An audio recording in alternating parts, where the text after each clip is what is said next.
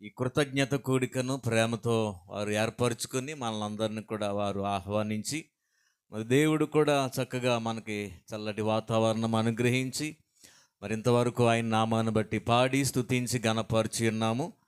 మరి ఈ సమయంలో ఒక చిన్న వాక్య భాగాన్ని చదువుకొని కొద్దిసేపు దేవుని మాటలు విందాం. మరి అన్నింటికన్నా ప్రాముఖ్యంగా దేవుని మాటలు మన జీవితాలకు ఎంతో ఊరటను కలుగజేస్తాయి, నెమ్మదినిస్తాయి, సమాధానమునిచ్చేవి. అంతేకాదు ఈ మాట ప్రకారంగా మనము జీవిస్తే ఆవలిగట్టున దేవునితో కూడా మనం ఉండగలుగుతాం. దేవునికి మహిమ కలుగునుగాక. హల్లెలూయా. ఒక చిన్న వాక్యాన్ని చదువుతాను. నిర్గమాకాండము 2వ అధ్యాయము లాస్ట్ వచ్చిన 25వ వచనము నేను చదువుతాను. దేవుడు ఇశ్రాయేలును చూచెను, దేవుడు వారి యందు లక్ష్యముంచెను. చిన్న ప్రార్థన. మహాపరిశుద్ధుడా, మహోన్నతుడా, కృపగలిగిన దేవా, మీకు వందనాలు. నిన్న నేడు నిరంతరము ఒకటే రీతిగా ఉన్న మా యేసయ్య, మీ ఉన్నతమైన ఘనమైన నామమునకే స్తోత్రములు చెల్లించుకుంటున్నాం ప్రభా. ప్రభు, ఈ రాత్రికాల సమయంలో మా ప్రియుల గృహము దగ్గర నాయన ఇంతవరకు ఈ కూడికను నాయన పాడి స్తుతించే బిడ్డలందరూ కూడా సంతోషించి గణపరిచారు నాయన.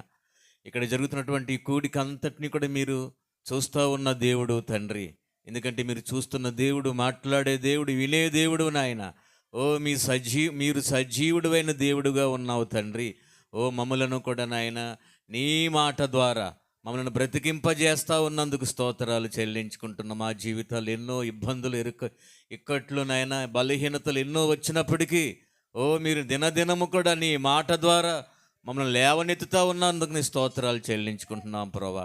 చదువునటువంటి ఈ వాక్యానికి కొద్దిసేపు ఈ దాసుని మరుగుపరుచుకొని ప్రభా, ఈ యొక్క సమయంలో మీరే మాట్లాడి ఈ కూడికంతా మీ వశములోనికి తీసుకుని మీరే మహిమ ఘనత ప్రభావాలు పొందమని ప్రభు అయిన యేసుక్రీస్తు వారి నామములో ప్రార్థన అడుగుచున్నాము తండ్రి. ఆమేన్. దేవునికి మహిమ కలుగునుగాక. మరి ప్రేమతో నన్ను మరి మా ప్రశస్త సహోదరులు, మరి మీ పాస్టర్ గారు, మరి సామ్యుల్ ప్రసాద్ గారు ప్రేమతో నన్ను ఈ స్థలానికి, ఈ కూటానికి కూడా ప్రేమతో ఆహ్వానించారు. వారికి, వారి కుటుంబానికి, అలాగే ఈ కుటుంబస్తులకి, కూడి వచ్చిన మీ అందరూ కూడా నా ప్రత్యేకమైన వందనాలన్నీ, అందరికీ వందనాలు తెలియపరుస్తున్నాను. మరి నా గురించి నేను చెప్పుకోక్కర్లేదు. ప్రతి పూటాన్ని కూడా నేను మీ మధ్యలో నిలబడుతున్నాను. మరి దాసులు నన్ను ప్రేమించి కొద్దిసేపు దేవుని వర్తమానం చెప్పడానికి కూడా ఈ యోగ్యుని, ఈ అల్పుని దేవుడు మరి ఆయన పక్షముగా మరి ప్రేమించి నాకు ఈ సమయం ఇస్తూ ఉన్నాడు. మరి మేము దేవుని సేవలో సహదాసులుగా కొనసాగించబడుతూ ఉంటున్నాము. మరి కాబట్టి రాత్రికాల సమయంలో ఒక చిన్న వాక్యాన్ని మనం చదువుకున్నాము.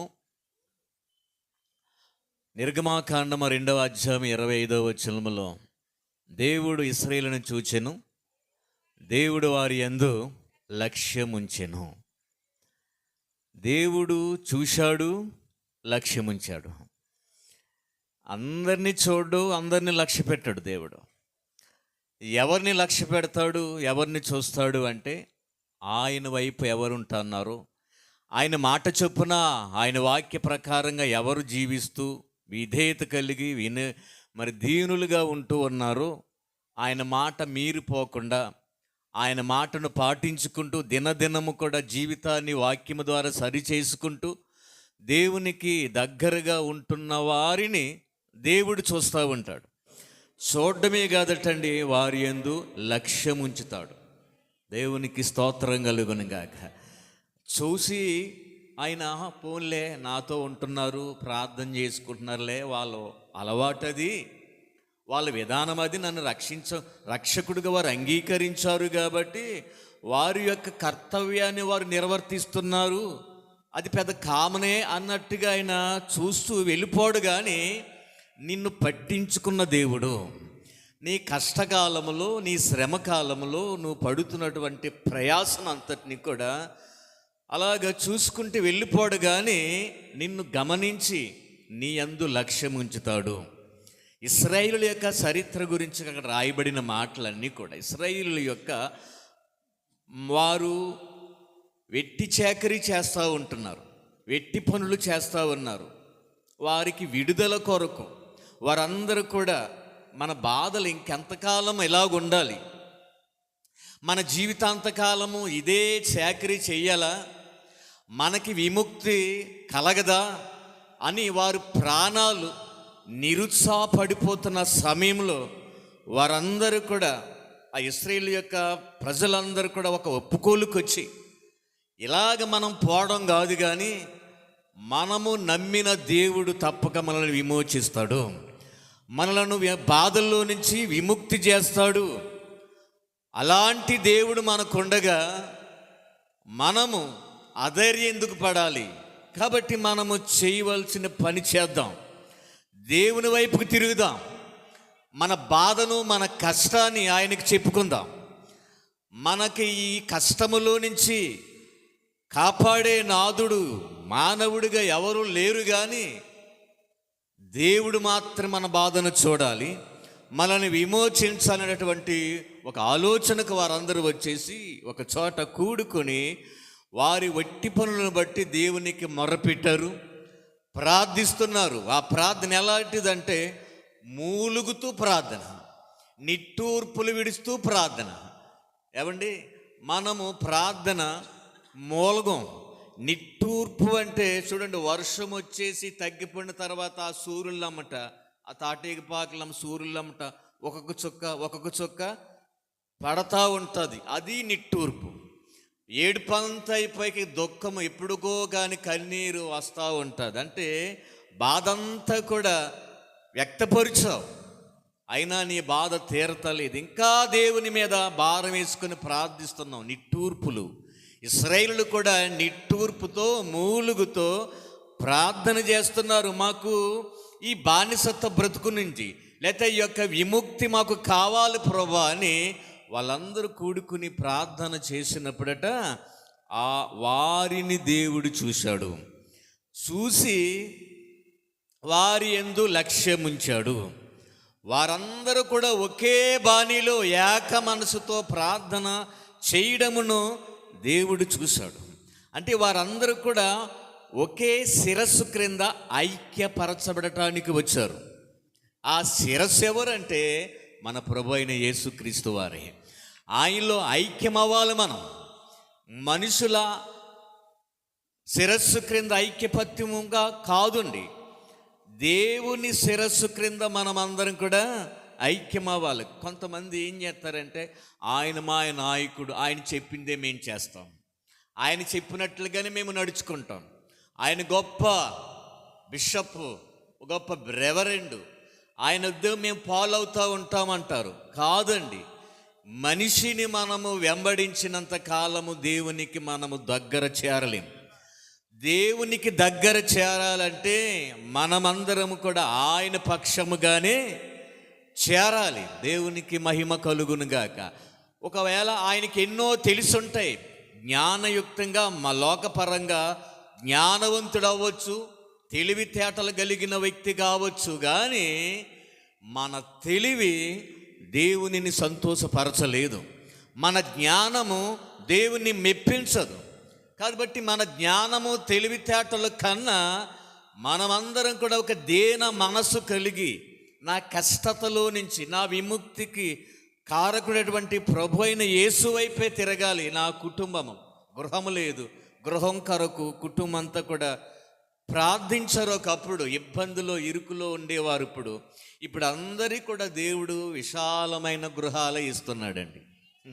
ఒకప్పుడు ఆ పంచనే అందరూ ఉండేవారు, ఆ గదిలోనే అందరూ కూడా, 5 పిల్లలు, తల్లిదండ్రులు కూడా అక్కడే ఒక సాప వేసుకుని లేకపోతే గడ్డి వేసుకును నా చిన్నదనములు అలాగనే ఆ పంచన పడుకుంటూ ఉండేవారు. చూసారా, దేవుడు అంచెలంచెలుగా మన స్థితిని మారుస్తున్నాడు. చూసారా, దేవుడు మనల్ని ప్రేమిస్తూ పట్టించుకుంటున్నాడు. ఇవన్నీ కూడా ఒకప్పుడు ఎంతో దీనస్థితి, కానీ ఇప్పుడు చక్కని గృహం బిడలకి ఇచ్చారు. మరి ఆ గృహం కట్టడానికి చాలా వ్యయ ప్రయాసాలు అయ్యాయి, ఇంకా రుణభారాలు ఉంటాయి.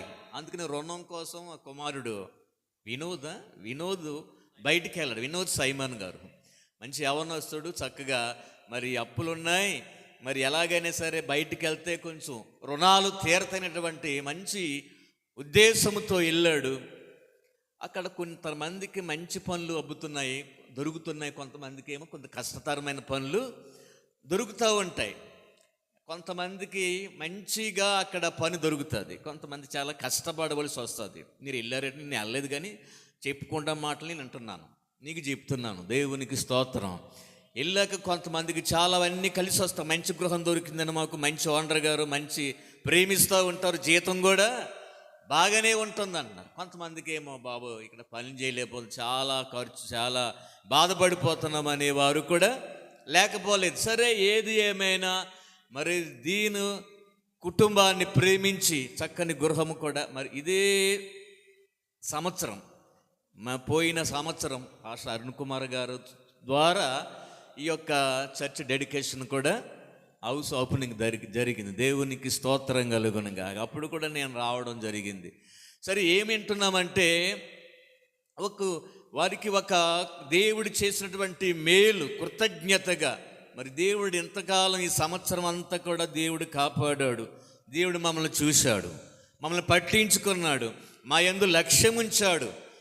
మరీ ఎక్కువగా కుటుంబం అంతా కూడా, సహోదరి చెప్పింది సాక్ష్యం, భర్త మారాడు కానీ గుడికి రావట్లేదండి. అలాగే చిన్న కుమారుడు కూడా రానంటే నువ్వు వెళ్ళామని తర్వాత వస్తాను అన్నట్టుగా సైడ్ అయిపోతున్నాడు. వాళ్ళ కోసం ప్రార్థన చేయమని సేవకులుగా మాకు చెప్తూ ఉంటారు. మేము కూడా బాబు ప్రార్థనకు రానాయన, ప్రార్థనకు బాగుంటే దేవుడి జీవితాన్ని మారుస్తాడని మేము చెప్తూ ఉంటాం. కానీ నాడు ఎవరు మాటలు వింటలేదు. అందరూ తెలివితేటలకు మీరిపోయారు. ఒక సెల్ అట్టుకుని వెళ్ళిపోవడము, అక్కడక్కడ తిరిగి బాతాకాని వేసుకుని మాట్లాడి సమయం అంతా అట్లాగనే గడిపేస్తూ ఉంటున్నారు. అలాంటిగా బిడలుగా అయిపోతూ ఉన్నారు. ఇక్కడే కదా అన్ని స్థలాల్లో అన్ని చోట్ల కూడా ఇదే పరిస్థితి జరుగుతూ ఉంటుంది. అందుకనే మన ప్రవక్త అన్నాడు, ఇది సాతాను ఏదేను. ఏదేనట్టండి? సాతాను ఏదేను. ఏదో ఒక ఎరిచి నిన్ను ఆకర్షిస్తూ ఉంటున్నాడు. ఆ సెల్ల పడితే సెల్లతో పడిపో ఉంటాడు. ఇంకా రత్తమాట సెల్లను చూసుకుంటూ ఉంటాడు. కాబట్టి ఇది ఆ సాతాను ఏదేనులో ఎరేసి మనలను వశపరుచుకుంటా ఉన్నాడు. ఈ కాలంలోనే మనం భక్తి కలిగిన వారుగా ఉండాలి. ఇంకా అమూల్యమైనటువంటి దేవుని మాటలు మనకి చేతులకి మన చెవులకి వినబడుతున్నప్పుడు మనము జాగ్రత్తగా ఆచి తూచి మన జీవితాలను ముందుకు అడుగు వేస్తూ ఉండాలి. ఎందుకంటే భయంకరమైనటువంటి లోకంలో ఉన్నాం. ఎవరిని నమ్మినా, ఎవరి నాయకత్వం మనం ఉన్నా ఏమి పని కాదు. కానీ మనమందరం కూడా ఒకే శిరస్సు క్రిందకు రావాలి. అదే ప్రభు అయిన యేసుక్రీస్తు యొక్క ఆ వర్తమానములోనికి మనమందరం కూడా వచ్చి నీ అవసరత కొరకు నువ్వు మొరపెడితే నిన్ను దేవుడు దాటిపోడు. దేవుడు నిన్ను పట్టించుకుంటాడు, నీకు సహాయము దయచేస్తాడు. ఇశ్రాయేలీయుల ప్రార్థన దేవుడు విని వారిని చూడొచ్చాడట. చూసేటప్పటికి అందరూ కూడా మూలుగుతూ నిట్టూర్పులు విడుస్తూ ఉన్నారు. అయ్యో వీళ్ళని ఎలా దాటిపోను నేను అని దేవుడు వారిని అందు లక్ష్యం ఉంచాడు. ఈరోజే వీళ్ళనే ఇప్పుడు ఈ క్షణమని విడిపించాలనే మనసు దేవునికి వచ్చిందట. ఆ క్షణమే ఎంత నిట్టూర్పులు విడుస్తూ ఎంత బాధను వీళ్ళ దిగమింగుకుంటూ బ్రతుకుతున్నారు. కాబట్టి ఇక రేపో మాపో కాదు, కానీ ఈ క్షణమే వీళ్ళని విడిపించటానికి నేను ఒక ఆయన్ని ముందుగానే ఎన్నిక చేసుకున్నాను. ఆయనే ఆ కాల ప్రవక్త అయినటువంటి మోషే. దేవునికి స్తోత్రం కలుగునుగాక. ఆ కింద ఆ యొక్క 3వ అధ్యాయంలో ఆ ప్రవక్తను మోషేను పిలిచి, నా ప్రజలు బానిసలుగా ఉన్నారు, వారిని విడిపించాలని ఆ మోషేను దేవుడు ఎన్నిక చేసుకోవడం మనకు తెలుస్తూ ఉంటుంది. కనుక దేవుడు నిన్ను చూడాలి, నీ కుటుంబ పరిస్థితిని ఆయన లక్ష్యంగా పెట్టాలి అంటే నీవు భక్తి శ్రద్ధలతో భయభక్తులతో దేవుని వాక్యాన్ని ఎన్నడూ కూడా మీరిపోకుండా వాక్యాన్ని నెమరు వేసుకుంటూ ప్రార్థించుకుంటూ నీ జీవితాన్ని కొనసాగించు. ఇక అంతే కదా మనకున్నది. ఇంకా ఏదో సంపాదించాలి, ఏదో చెయ్యాలి అని అంతే. ఏమది ఎవరికి వెళ్తాదో తెలీదు. ఆశలు ఉంటాయి మనకి. ఆశ లేని మానవుడు ఎవడు కూడా ఉండడండి. అందరికి కూడా ఆశ ఉంటుంది. పిల్లోని అడిగితే నీకేంట్రా కోరిక అంటే ఏదో చెప్తూ ఉంటాడు. ముసలోళ్ళని అడిగితే ఏదో సంథింగ్ ఏదో చెప్తూ ఉంటారు. ఆశ లేని వాడు ఎవరు లేరు. కానీ మన ఆశలు ఎన్నో ఉంటాయి, కానీ మన పట్ల దేవుడు ఏ ఆశ కలిగి ఉన్నాడు అది నీవు గమనించాలి. సమయము మన చేతుల్లో లేదు కాబట్టి సమయాన్ని సద్వినియోగపరుచుకుంటూ నీ జీవితాన్ని వాక్యము ద్వారా, వర్తమానము ద్వారా కట్టుకుంటూ దేవునిలో మనమందరం ఐక్యం అవ్వాలి. దేవుని కొరకు మనము జీవించటానికి సంసిద్ధమైన వారిగా ఉండాలి. దేవుడు అలాంటి వారిని లక్ష్యం ఉంచుతాడు. మరొక్క వచనం చూడండి, యోబు గ్రంథము 37వ అధ్యాయము. యోబు గ్రంథము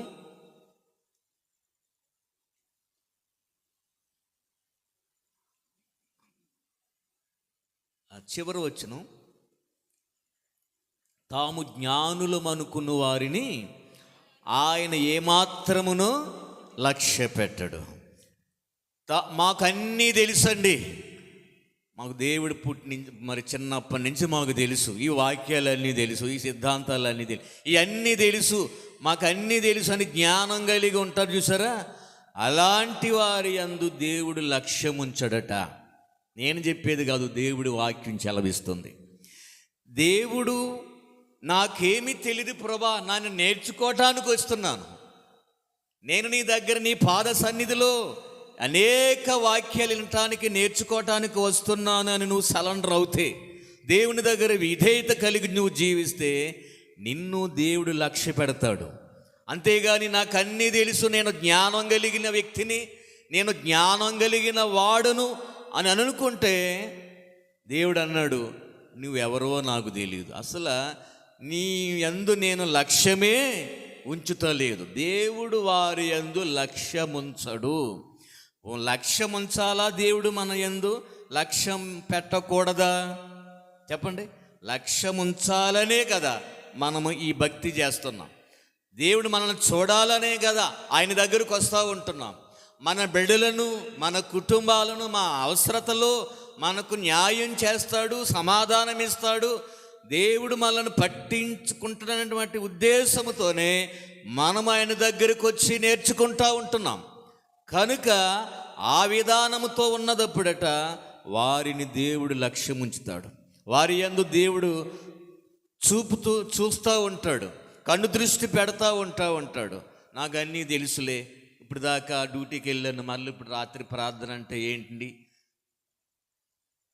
ఇప్పుడు దాకా శరీరం అలిసిపోయింది, పనికి వెళ్ళి వచ్చాను, మళ్ళీ పాదిరి గారు కూటమన్నారు, వెళ్ళాలంటారా?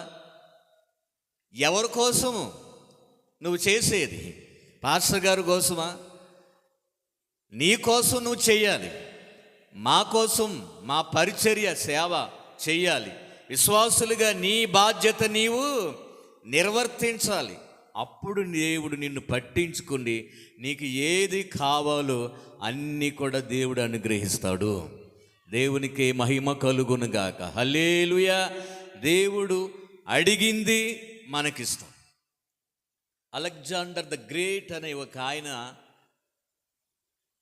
నా దేశములో పేదవాడు ఎవడు ఉండకూడదు అని ఆయన చూసి, నాకు బోళ్ళంత ధనాగారం ఉంది, రత్న వైదుర్యాలు ఉన్నాయి అని అనుకుని తను పరిపాలించేటువంటి ఆ ప్రజల యొక్క పద్ధతులన్నీ కూడా, లేనోళ్ళు ఎవరున్నారో, పేదవాళ్ళు ఎవరున్నారో వాళ్ళందరినీ కూడా ఒకసారి నా అంతఃపురానికి తీసుకురండి అని కబురు పంపాడట.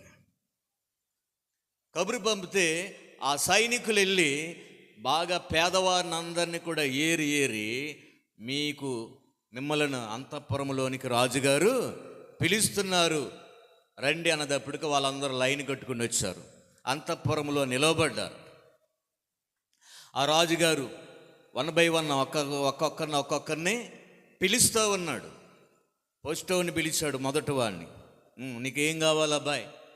నాకు ఒక ఎకరం భూమి ఇస్తే ఆ భూమిని సాగు చేసుకుంటూ నేను నా కుటుంబం చక్కగా బతికేస్తామండి అన్నాడు. అయితే నీకు రాసిస్తున్న పలానా చోట ఎకర భూమి నీకేనని ఆ రాజుగారు అతనికి ఆ భూమి రాసి ఇచ్చేసాడు. తర్వాత రెండో వాడు వచ్చాడు. నీకేం కావాలంటే, అయ్యా నాకు ఒక 5 పాడి గేదెలు ఉంటాయి, ఆ గేదెలను వచ్చే ఆ పాలన్నీ పితుక్కుని మంచిగా నా కుటుంబం నేను చక్కగా జీవించేస్తామండి, నాకు అది చాలే అన్నాడు. సరే మూడో వాడిని పిలిస్తే, మరి నీకేం కావాలంటే, నాకు ఒక కొద్దిగా బంగారం, నాకు డబ్బు కావాలండి అని అంటే, సరే అవి కూడా ఇచ్చాడు ఆయనకి. తర్వాత అలాగ ఒక్కొక్కరు వస్తూ ఉంటున్నారు. ఆ తర్వాత ఒక వ్యక్తిని కూడా అడిగాడు, ఎరా బాబు నీకేం కావాలంటే, ఇక్కడ నసుగుతున్నాడు అంటాడు. మాట్లాడకుండా మౌనంగా నసుగుతో పెట్టి అడిగిన వాళ్ళందరికీ కూడా నేను ఇచ్చాను కదా, నా దగ్గర అడగటానికి నువ్వెందుకు అలాగా నసుగుతున్నావు అని అంటే, చేతులు నలుపుకొని ఆలోచించి అడిగాడట.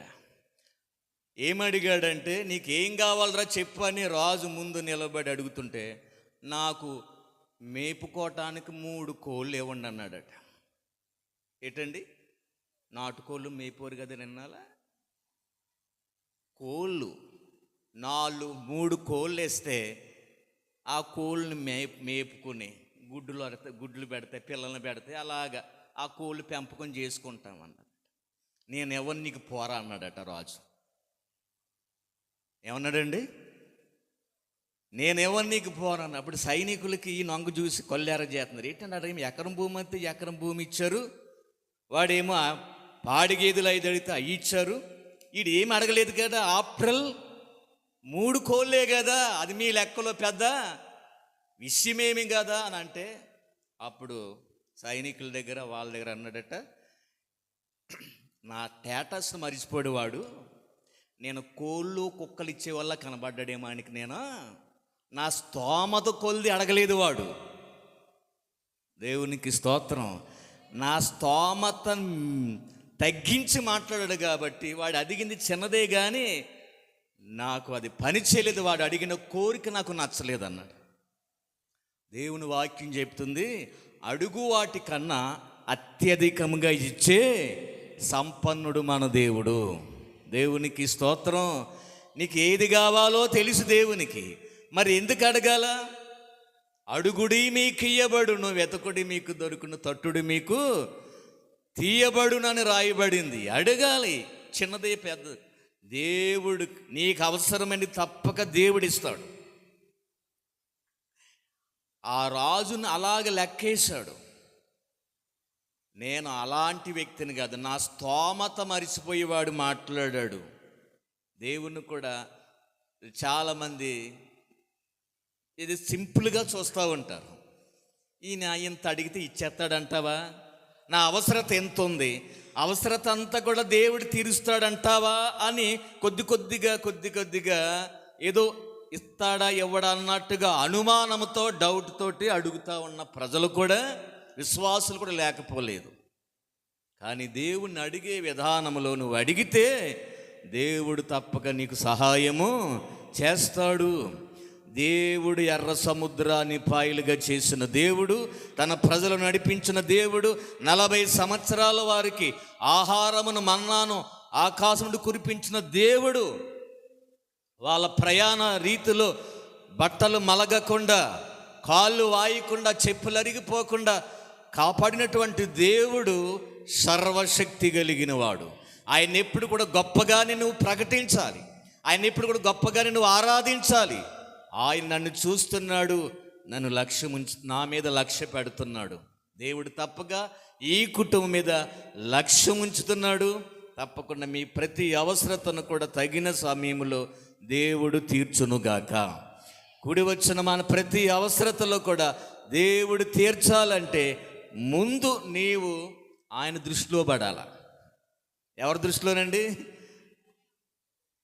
జనాభా లెక్కల్లో పేరున్నా లేకపోయినా దేవుని జనాభా లెక్కల్లో, లేదా దేవుని శిష్టాలో నా పేరులు ముద్రించబడాలి. అంతేనండి.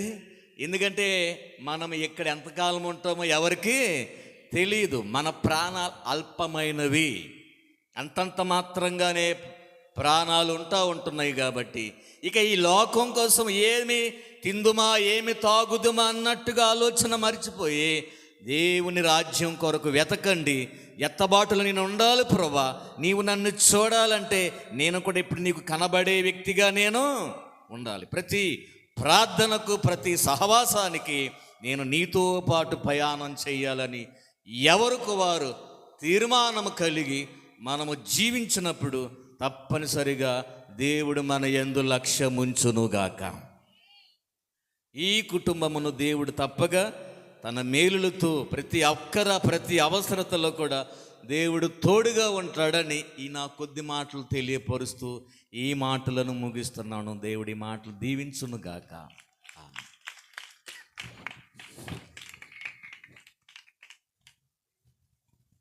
Praise the Lord. హల్లెలూయా. మంచిది. ఈ సమయంలో ఒక పాట పాడిన తర్వాత దేవుని వాక్యాన్ని విందాం. దేవునికి మహిమ కలుగునుగాక. పాట పాడుకునేటప్పుడు కుటుంబానికి కూడా 2 మాటలు నేను చెప్పాలని, ఎందుకంటే వాడు వినోద్ సైమాన్ గురించి నేను ప్రార్థన కూడా చేశాను. దేవునికి మహిమ కలుగునుగాక. మన సంఘంలో కానీ ఇతరులు ఎవరైనా సరే మన ఇల్లు కట్టుకోవడంలో కానీ ఎవరైనా సరే అప్పులు చేసి కట్టొద్దు. ఎందుకంటే వర్తమానం కూడా మనం అన్నిటిలోని అపోస్తుడైన పౌలు ఏం చెప్తున్నాడంటే, మనం యుద్ధ రంగంలో ఉన్నాం, అపవాది ఎలాగైనా మనలో చొరబడుతూ ఉన్నాడు. మనం పరలోకంలోకి కానీ జీవకిరీటం కానీ పొందుకోవడానికి అన్నిటిలోని కూడా మితంగా ఉండాలి. మనం చీర కొనుక్కోవడంలో కానీ మన ఇంటి డెకరేషన్లో కానీ మనం తాటాగింట్లో ఉన్నా పర్లేదు, కానీ మన కిరీటం జీవ కిరీటమై ఉన్నది. పరలోక రాజ్యం వెళ్ళటానికే మనం ప్రయాసపడాలి. మనం ఇతర దేశాలు వెళ్ళామంటే ఈ కాల ప్రవక్త ఏమంటున్నాడంటే, నీవు ఆత్మీయ మరణంలోకి వెళ్ళిపోయావు అంటున్నాడు. భౌతికంగా నువ్వు బతుకున్నా ఆత్మీయ మరణంలోకి వెళ్ళిపోతా ఉన్నాడు మన సహోదరుడని నాకు ఎప్పుడైతే వర్తమానం నేను విన్నప్పుడు నిత్యముగా వినోద సైమాన్ గురించి, మన బిడ్డలు ఎంతమంది అయితే మరి విదేశాల్లో ఉన్నారో వారందరూ కూడా తిరిగి రావాలని నేను ప్రార్థన చేశాను. వారు ఉత్తినా కాదు కానీ మొత్తం వారు అప్పులు తీరి మన సంఘమంతా కూడా వారి కొరకు ప్రార్థన చేయాలి. ఎందుకంటే ముఖాముఖి సహవాసానికి వారు దూరం అవుతూ ఉన్నారు.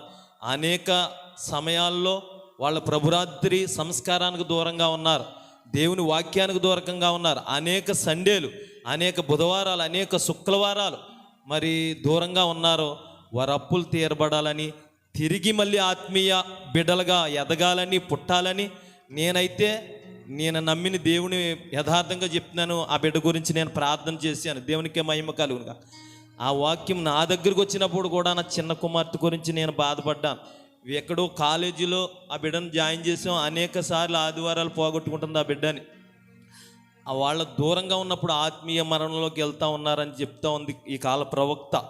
ఎందుకంటే మనం అన్నిటిలో మితంగా ఉండాలి. మనం ఏదైతే ఒక పరీక్ష రాస్తున్నామంటే మనం ఈ లోకంలో తిరగడానికి కానీ అక్కడక్కడ గడపకుండా ఆ పరీక్ష గురించి ఎంతలా చదువుతామో మనం పరలోక రాజ్యానికి వెళ్ళటానికి కూడా అన్నిటిలో మితంగా ఉండాలి. మనం పచ్చడి మెతుకులు తిన్నా సరే మనం దేవుని సహవాసానికి మాత్రం అసలు దూరంగా ఉండకూడదు. అనేక మార్లు ఆదివారం ఏ రోజు కూడా నువ్వు దేవుని జల మాటలు, ఆ జీవజలాన్ని నువ్వు తాగుతూ జీవిస్తూ, అపోస్తుడైన పౌలు నేను ఎక్కడ దుర్మార్గనైపోతున్నా, నేను తప్పిపోతానా, నేను ఎక్కడ నరకంలోకి పోతానా అని అనేక సార్లు భయపడుతూ ఆయన కడవరి కాలంలో చనిపోతానని ఆయనకు తెలిసినప్పుడు నేను నా పరుగు కడముట్టించి తినని ఆయన ఎంతో గొప్పగా చెప్పుకున్నాడు. దేవునికి మహిమ కలుగునుగాక. మనలో ఎవ్వరు కూడా అప్పులు పాలవి విదేశాలకు వెళ్ళకూడదని మన సంఘంలో అనేక రీతిలుగా ప్రార్థన చేయవలసిన వారు ఉన్నాం. దేవునికి మహిమ కలుగునుగాక. ఆ బిడ్డ ఇక్కడికి వచ్చినా ఇంకా ఎక్కువగా సంపాదించుకుని దేవుడు ఆ రుణాలు తీర్చగలడు. దేవుని సహవాసంలో ఆ బిడ్డ మరి దైవజనులు కానీ చిన్నబాబుకి కానీ ఎంతో సహకారంగా, మరి సౌండ్ సిస్టమ్ గాడు కానీ ఎన్నో విధాలుగా బిడ్డ వాడబడతా ఉన్నాడు. దుష్టుడు ఏదో రకంగా ఆవరించి సహవాసానికి దూరం చేస్తూ ఉన్నాడు. దేవునికే మహిమ కలుగునుగాక. ఈ సమయంలో పాట పాడుకుందామండి. నీ కృపాతిశయమును అనునిత్యము, నీ కృపాతిశయమును అనునిత్యము, నీ కీర్తించేదా తరతరములకు నీ విశ్వాస్యతలోనే ప్రచురించెను. నీ కీర్తించేదా తరతరములకు నీ విశ్వాస్యతలోనే ప్రచురింతును. నీ కృపా ఆకాశము కంటే హెచ్చైనది. నీ కృపా ఆకాశము కంటే హెచ్చైనది. మౌనిగా ఎటులుండెదా సాక్షిగా ప్రచురించగా నా తుది శ్వాస వరకు నీ చెంత చేరే వరకు, నా తుది శ్వాస వరకు నీ చెంత చేరే వరకు. చప్పలు కొడుతూ ప్రభువుని స్తుతిద్దాం.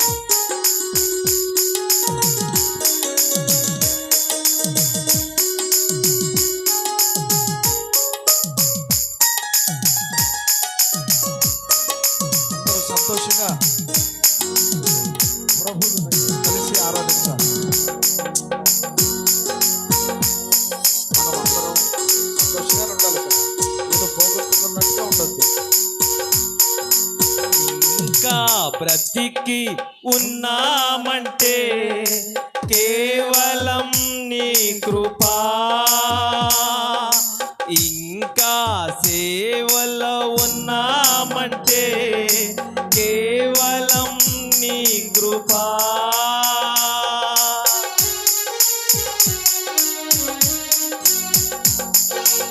ఇంకా బ్రతికి ఉన్నామంటే కేవలం నీ కృపా, ఇంకా సేవలో ఉన్నామంటే కేవలం నీ కృపా. ఏ మంచితనము లేకున్నను కొనసాగించినది నీ కృపా, నిలబెట్టుకున్నది నీ కృపా, నిలబెట్టుకున్నది నీ కృపా. నీ కృపా ఆకాశము కంటే హెచ్చైనది. నీ కృపా ఆకాశము కంటే హెచ్చైనది. 10 తరాలుగా ఎంటాడుతూ ఉన్నది మోయాబు శాపం. మన తాతలకు కానీ మన ముత్తాతలకు కానీ ఎవరికీ లేని రక్షణ దేవుడు మనకిచ్చాడు. ఈ పేటలో ఈ గుమ్మం ముందు ఈ గృహం ముందు రక్షణ వచ్చి ఉన్నది. ఎవరైతే రక్షణ పొందాలనుకుంటున్నారో ఆ మోయాబు శాపము తిరిగి పునరుత్థానము, ఆ శాపమును తీసేసి దేవుడు దీవెనివ్వటానికే వచ్చాడు.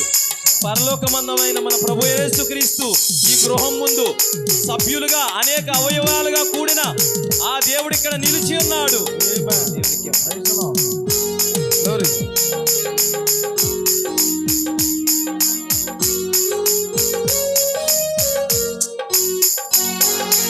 పది తరములుగా వెంటాడిన మోయాబు శాపము, నీ కృపను శరణు వేడగా మార్చేనే 1000 తరములు.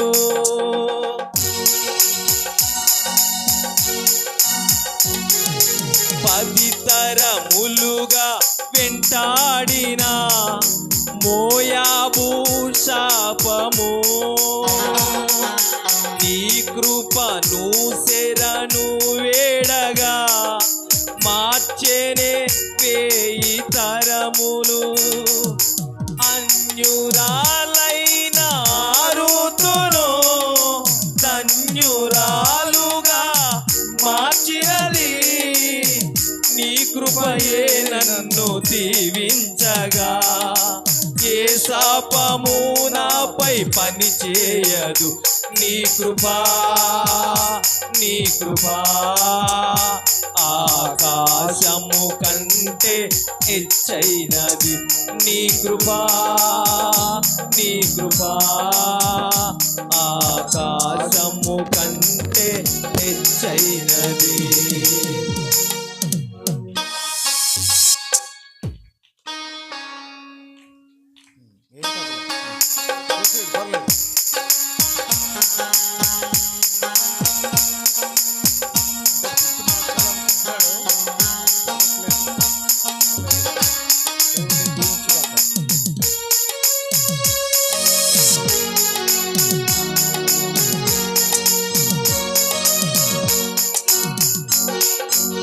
ఆరోగ్యం ఉద్యోగం ఉన్నాయంటే కేవలం నీ కృపా.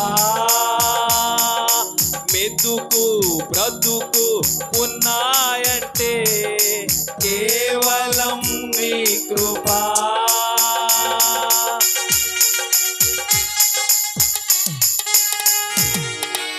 ఆరోగ్యం ఉద్యోగం ఉన్నాయంటే కేవలం నీ కృపా. మెతుకు బ్రతుకు ఉన్నాయంటే కేవలం నీ కృపా.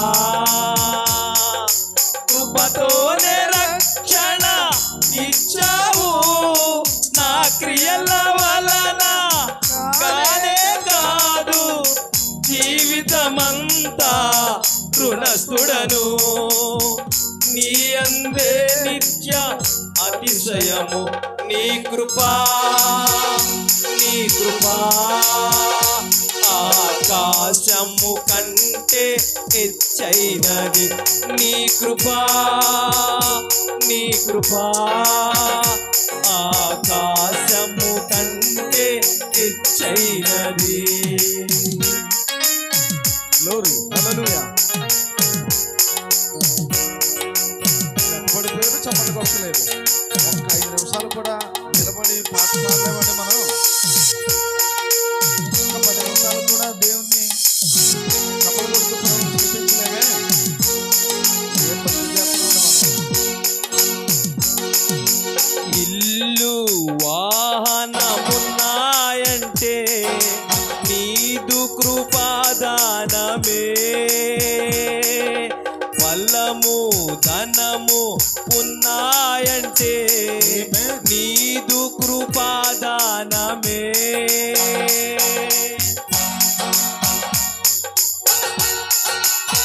గ్లోరీ.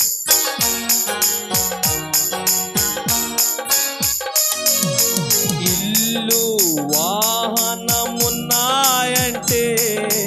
నీదు కృపాదానమే. ఫలము ధనము ఉన్నాయంటే నీదు కృపాదానమే. ఏ అర్హత నాలో లేకున్ననో కృపాభిక్షయే నా ఎడల. జీవితమంతా కృతజ్ఞుడను, జీవితమంతా పాడెదను. నీ కృపా, నీ కృపా ఆకాశము కంటే హెచ్చైనది. నీ కృపా, నీ కృపా ఆకాశము కంటే హెచ్చైనది. మౌనిగా ఎటులుండదా, సాక్షిగా ప్రచురింపదా. నా తుది శ్వాస వరకు నీ చెంత చేరే వరకు, నా తుది శ్వాస వరకు నీ చెంత చేరే వరకు, నా తుది శ్వాస వరకు నీ చెంత చేరే వరకు, నా తుది శ్వాస వరకు నీ చెంత చేరే వరకు. హల్లెలూయా. దేవునికే మహిమ కలుగును గాక. హల్లెలూయా.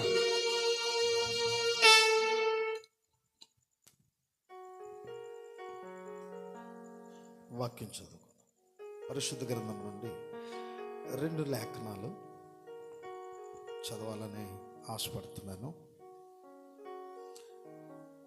సహోదరుడు వినోద్ సైమన్ మన మధ్య లేకపోయినా, మరి ఈ దినం ఇక్కడ జరుగుతున్న తన ఇంటి దగ్గర జరుగుతున్నటువంటి ఈ కూటాన్ని అతడు తిలకిస్తున్నాడు.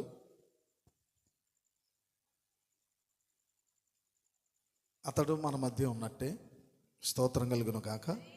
తెస్సలోనికీయులకు రాసిన పత్రిక మొదటి పత్రిక 5వ అధ్యాయం 16 వచనం చదువుతున్నాను.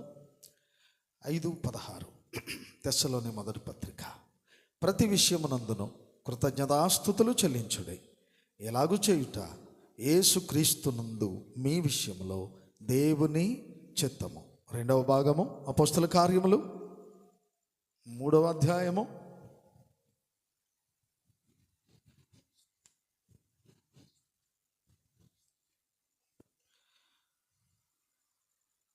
21వ వచనం చదువుతున్నాను. అన్నిటికీ కుదురుబాటు కాలములు వచ్చునని దేవుడు ఆది నుండి తన పరిశుద్ధ ప్రవక్తల నోట పలికించెను. అంతవరకు యేసు పరలోక నివాసి ఇండుట ఆవశ్యకము. మీ వెనుకడిలో దేవుడు తన వాక్యము దీవించుగాక. చేతులు మూడే లేచాయి, ఇంకా లేవలేదు. చిన్న ప్రార్థన, కళ్ళు మూసుకోండి. పిల్లలు ఎవరు కూడా లేవకూడదు. మంచిది, కళ్ళు మూసుకోండి. పరమ తండ్రి, పరిశుద్ధుడా, సత్యదేవుడవు, జీవాధిపతివి, సర్వాధికారివి, సర్వోన్నతుడు, ఎంతవరకు నీ దాసు నిలబెట్టుకున్నావు. చక్కని విలువైన అమూల్యమైన మాటలు మీరు ఇచ్చారు దేవా.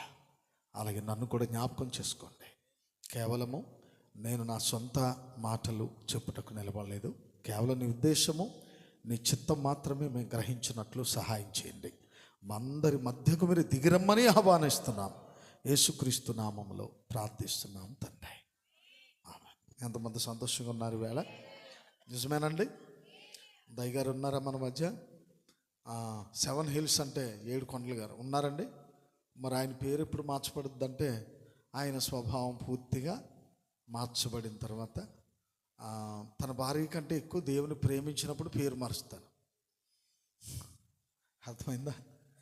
ఆయన భార్యను చాలా మంచిగా ఎక్కువగా ప్రేమిస్తాడు. తన భార్య కంటే మిన్నగా ఎప్పుడు యేసయ్యను ప్రేమించి దేవుని సన్నిధికి వస్తాడో, ఆరాధనకు వస్తాడో, ప్రతి కూటానికి వస్తాడో, అప్పుడు ఆయనకి పేరు మార్చాలనుకుంటున్నాను. ముందు చాలామందికి పేరు మార్చేసాం, సరిగ్గా రావట్లేదు ఎవరు చదా. ఇప్పుడు ఆయనను గమనించి నేను తర్వాత ఎప్పుడైనా పేరు మార్చడానికి, అంటే త్వరలోనే ఆయన దేవుని ప్రేమించడానికి త్వరపడ్డాడు అనుకోండి, అప్పుడు నేను త్వరగానే పేరు మార్చగలం. స్తోత్రం కలుగును గాక. మంచిది సహోదరుడు మరి వినోద్ సైమన్ మరి ఈ దినం ఈ కూటాన్ని చూస్తూ ఉన్నాడు. ఆయన జరుగుతున్న ఈ చక్కని కృతజ్ఞత భావంతో ఏర్పాటు చేసిన కూటమిది కనుక మరి కుటుంబస్తులకు, అలాగే కూడి వచ్చిన మీ అందరికీ, అలాగే దైవజనులకు, సహోదరులకు, నా వెనుక ముందున్న వారందరికీ యేసుక్రీస్తు నామములో శుభములు తెలియచేస్తా ఉన్నాను. హల్లెలూయా. మంచిదండి. దేవుడు మన మధ్య లేకుండా, ఆయన సన్నిధి మనతో లేకుండా ఇక్కడ జరుగుచున్న ఈ కూటము ద్వారా ఎవరికి ఎటువంటి ప్రయోజనము కలగదు. కలగాలంటే ఆయన తప్పక మన మధ్య ఉండి తీరాలి. ఎంతమంది సంతోషంగా ఉన్నారు? నాతో ఏకీభవిస్తున్నారా? ఆయన మనతో ఉంటేనే ఈ కూటము జరిగిస్తున్న మరి వినోద్ సైమన్ అని మాట్లాడుతున్నాను. ఎందుకంటే ఆ పేరు నేను పలకలేను. మరి ఏం పలుకుతాం? 7 హిల్స్ అని ఆత్మను, అంతే కదండి. అంచేత వినోద్ సైమన్, అలాగే తన తండ్రి, అలాగే తల్లి, తన తమ్ముడు సంతోష్ గారు ఉన్నారంటే మంచివాడు. ఎంత మంచోడు అంటే పిలవగానే వస్తాడు, ఏ పనైనా చేస్తాడు, ఎక్కడి నుంచైనా పరిగెట్టుకొని వస్తాడు, ఎక్కడికి వెళ్ళమంటే అక్కడికి వెళ్తాడు. దేవుని పని అనేసరికి చాలా అంటే అలా చేసేవాళ్ళు మన సహోదరులు ఇంకా చాలామంది ఉన్నారు. వారితో పాటు తను కూడా అలా చేస్తాడు. అయితే దేవుని పని ఎంత ఎక్కువ చేసినా తక్కువ చేసినా ఇప్పుడు అతనికి అవసరమైంది ఆత్మరక్షణ. స్తోత్రం కలుగును గాక. కనుక కుటుంబాన్ని దేవుడు ప్రేమిస్తున్నాడు. ఇప్పుడు కుటుంబస్తులు దేవుని ప్రేమిస్తున్నారనే గుర్తు ఏమిటంటే, ఇదే రోజున ఈ గృహ ప్రతిష్ఠ జరిగింది. ప్రియులారా, కృతజ్ఞతా భావం అంటే ఇదే. ఏ రోజునైతే ఈ గృహ ప్రతిష్ఠ జరిగిందో సేవకులు పిలిచాడు, అలాగే దైవజనులకు చక్కని వస్త్రాలు అంటే విలువైన వస్త్రాలు పెట్టాడు. నాకు మరలా అంటాడు, నా మ్యారేజ్కి మీకు సూట్ తీస్తానని కూడా చెప్పాడు. ప్రియులారా, రే నాయన సర్లే చేద్దు, కానీ నువ్వు మాత్రం మంచిగా వర్తమానం చదవాలి. నీవు నన్ను సంఘమును ప్రేమించిన దానికంటే కూడా ఎక్కువగా నువ్వు దేవుని ప్రేమించాలి అని చెప్పడం జరిగింది. అయితే ఆ ఇంటికి పెద్దవాడు కనుక భారం ఉంటుంది, ఎలాగైనా రుణాలు తీర్చాలని. కానీ మన సోదరుడు ఆయన భారంతో ప్రార్థించినప్పుడు తనకు అనిపించింది, ప్రేరేపణ కలిగింది, ఇలాగున అప్పులు చేసి దూరంగా వెళ్ళడం అనేది అది వాక్యానికి సరిపడడం లేదు. కనుక అధికమైన అప్పులు చేసుకొని ఇల్లు కట్టే కంటే ఉన్నదానితో సంతృప్తి కలిగి ఉండడము మంచిది, మేలుకరమే అని చెప్పడము మంచిది. అయితే కట్టుకుంటున్నామా? అయితే కనీసం చాలా త్వరగానే రుణాలు తీర్చగలిగిన మార్గాన్ని ఎన్నుకోవాలి, వెతుక్కోవాలి. ఎలాగైనా వాటిని తీర్చుకుంటూ ఏం చేయాలంటే, దూరంగా పోయి ఆరాధనకు దూరంగా, ప్రార్థనకు దూరంగా, ఎక్కడో వేలాది మైళ్ళ అవతల ఉంటూ ఈ విధంగా జరగడం అనేది అది వాక్యానుసారం కరెక్ట్ కాదని నాకును తెలుసు. అలాగే సోదరుడు చెప్పిన దాన్ని నేను సమ్మతిస్తున్నాను. ప్రియమైన వారులారా, దూరంగా ఉన్న పిల్లలకు కూడా ఏముంటలేదు, ఆరాధన ఉండట్లేదు. ఇప్పుడు పనికి వెళ్ళినా, ఇప్పుడు అంత దూరం ఎందుకు వెళ్ళాడు బిడ్డ అంటే కేవలము చెప్పాలి ఆ రుణాల కోసం. అయితే ఇప్పుడు వెళ్ళాడు, ఆ సహోదరి చెప్పింది తన తల్లి, నేను ఉండలేకపోతున్నాను వచ్చేస్తానండి అన్నాడు. అప్పుడు చెప్పాను అన్నమాట, కనీసం నువ్వు వెళ్ళావు, 1 సంవత్సరమైనా కష్టపడు, మరి కొద్దిగానైనా తీర్చుకోగలుగుతావు. వెంటనే దులుపుకొని వచ్చేసినట్టుగా ఉండకూడదు కదరా, కొంచెం సహించుకోవాలి నువ్వు అని చెప్పడం జరిగింది. అలాగునే నిలబడ్డాడు. కానీ మరి లెక్క పెట్టుకుంటున్నాడంట రోజులు, నేను మళ్ళీ జాన్యువరి 1 కల్లా వచ్చేయాలని. సరే, వచ్చిన తర్వాత మార్గం ఆలోచిద్దాం. ఏదో రీతిగా రుణాలు తీర్చుకోవడానికి వేరొక మార్గాన్ని ఆ బిడ్డకు దేవుడు సిద్ధం చేయనుగాక. తమ్ముడికి రక్షణ కావాలి. రక్షించబడిన తండ్రి గారు అంటే కుటుంబ యజమాని పరిపూర్ణమైన ప్రేమ అంటే దేవుని ప్రేమ తనలో కనబడాలి, అతడు దేవుని ప్రేమలో పడాలి. అలాగని మీరందరూ ప్రార్థించగలరని నమ్ముతా ఉన్నాను. ఈ కూటమి ఇంత ప్రశాంతమైన వాతావరణం. ఇది వర్షాకాలం. ఈ వర్షాకాలంలో ఇలాంటి ప్రశాంతత మంచిగా జరుగుతుందంటే కేవలము కృతజ్ఞతా భావమే. దైవజనుడు, ప్రవక్త, అపోస్తలుడు పౌలు గారు అంటాడు, ఏమంటున్నాడు తెస్సలోని పత్రికలో, ప్రతి విషయమునందును కృతజ్ఞతాస్తుతులు చెల్లించండి. ఇలాగూ చేయడం అనేది యేసుక్రీస్తులో మీ విషయంలో దేవుని చిత్తము. ఆమేన్. కనుక దేవుని కొరకు, దేవుని ఎడల సద్భావము కలిగిన వారిని ఆయన సద్భావము చూపునని పాత నిబంధన గ్రంథంలో ఉంది. సద్భావము గలవారి ఎడల ఆయన సద్భావము చూపించును, కఠినుల ఎడల వికటము చూపును. ప్రియమైన వారులారా, ఇప్పుడు సోదరుడు వీరికైతే ఆ డేట్ గుర్తుండకపోయినా పెట్టుకోవాలనే మనసు ఇక్కడ తల్లి తండ్రికి ఒకవేళ ఉండొచ్చు, కానీ ఉండకపోయినా మరిచిపోయినా సోదరుడికి మాత్రం మరుపు లేకుండా అదే రోజున నేను కృతజ్ఞత ప్రార్థన ఏర్పాటు చేసుకోవాలి. నేను లేకపోయినా దూరంగా ఉన్నా తప్పక దేవుడు నాకు గృహం ఇచ్చాడు. ప్రియమైన వారలారా, ఇంకా మనకు అలవాటు ఏంటంటే దిగిపోయాం. 2 ఏళ్ళైనా 3 ఏళ్ళైనా 5 ఏళ్ళైనా 10 ఏళ్ళైనా ఇంక మరలా మనకి ఏది గుర్తురాదు. ఇంక తిన్నామా, తాగామా, చిన్న గొడవలు పెట్టుకున్నామా, సమస్యలు పైగా లేపుకున్నామా, ఇలాంటివే అలాంటి పరిస్థితులు మనలో కనిపించడం వల్ల కృతజ్ఞత అనేది మర్చిపోతున్నారు మనలో చాలామంది. అసలు దేవుడు ఈ రోజున ఈ వెలుగిచ్చాడంటే ఈ ఈ సౌండ్ సిస్టమ్ వారికి నిజంగా కృతజ్ఞత చెప్పాలి. ఆ ఎత్తున లైట్లు ఉండడం వల్ల ప్రకాశం ఎక్కువైంది, వెలుతురు ఎక్కువైంది.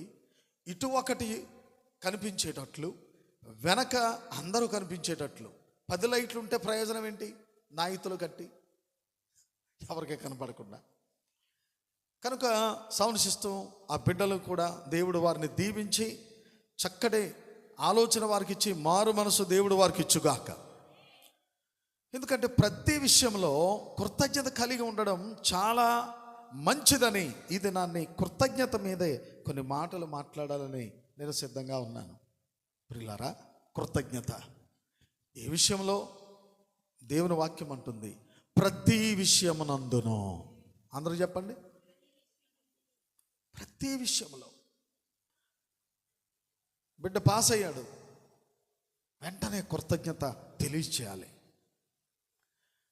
క్షేమంగా వచ్చాడు దూర ప్రాంతాల నుంచి ఇంటికి, కృతజ్ఞత తెలియచేయాలి. పెళ్లి జరిగింది, కృతజ్ఞత తెలియచేయాలి. ఇంట్లో భయంకరమైన రోగం, తెగులు, రుగ్మత పట్టి పీడించింది. అయితే దాని నుంచి దేవుడు పునరుద్ధరించాడు, మొదటి స్థితికి తీసుకొచ్చాడు. మరలా మొదటి స్థితికి అంటే మొదటి స్థానముకు తీసుకొచ్చిన తరువాత మరి దేవునికి మనం కృతజ్ఞతలు తెలియచేయవద్దా? ఒక సైకిల్ కొనుక్కున్నాం, కృతజ్ఞత తెలియచేయాలి. ఒక బండి కొనుక్కున్నాం, కృతజ్ఞత తెలియచేయాలి. ఒక పాడిగేదని దేవుడు మీకు ఇచ్చాడు, కృతజ్ఞత తెలియచేయాలి. బిడ్డ జాబుకి వెళ్తున్నాడు, కృతజ్ఞత తెలియచేయాలి. ప్రతి విషయంలో మీకంటే వెలుపుటున్నవారు ప్రతి విషయంలో వారెందుకు దేవునికి కృతజ్ఞతలు తెలియజేస్తున్నారు మీరు ఎరుగరా? మీరు చూడడం లేదా? అన్ని చూస్తూనే ఇంకా మనలో కొందరు అసలు పట్టనట్టుగా ఉండడము, అది నీవు నిజముగా దేవుని ప్రేమించినట్టు కాదు. కృతజ్ఞతలు నీవు చెల్లించట్లేదు.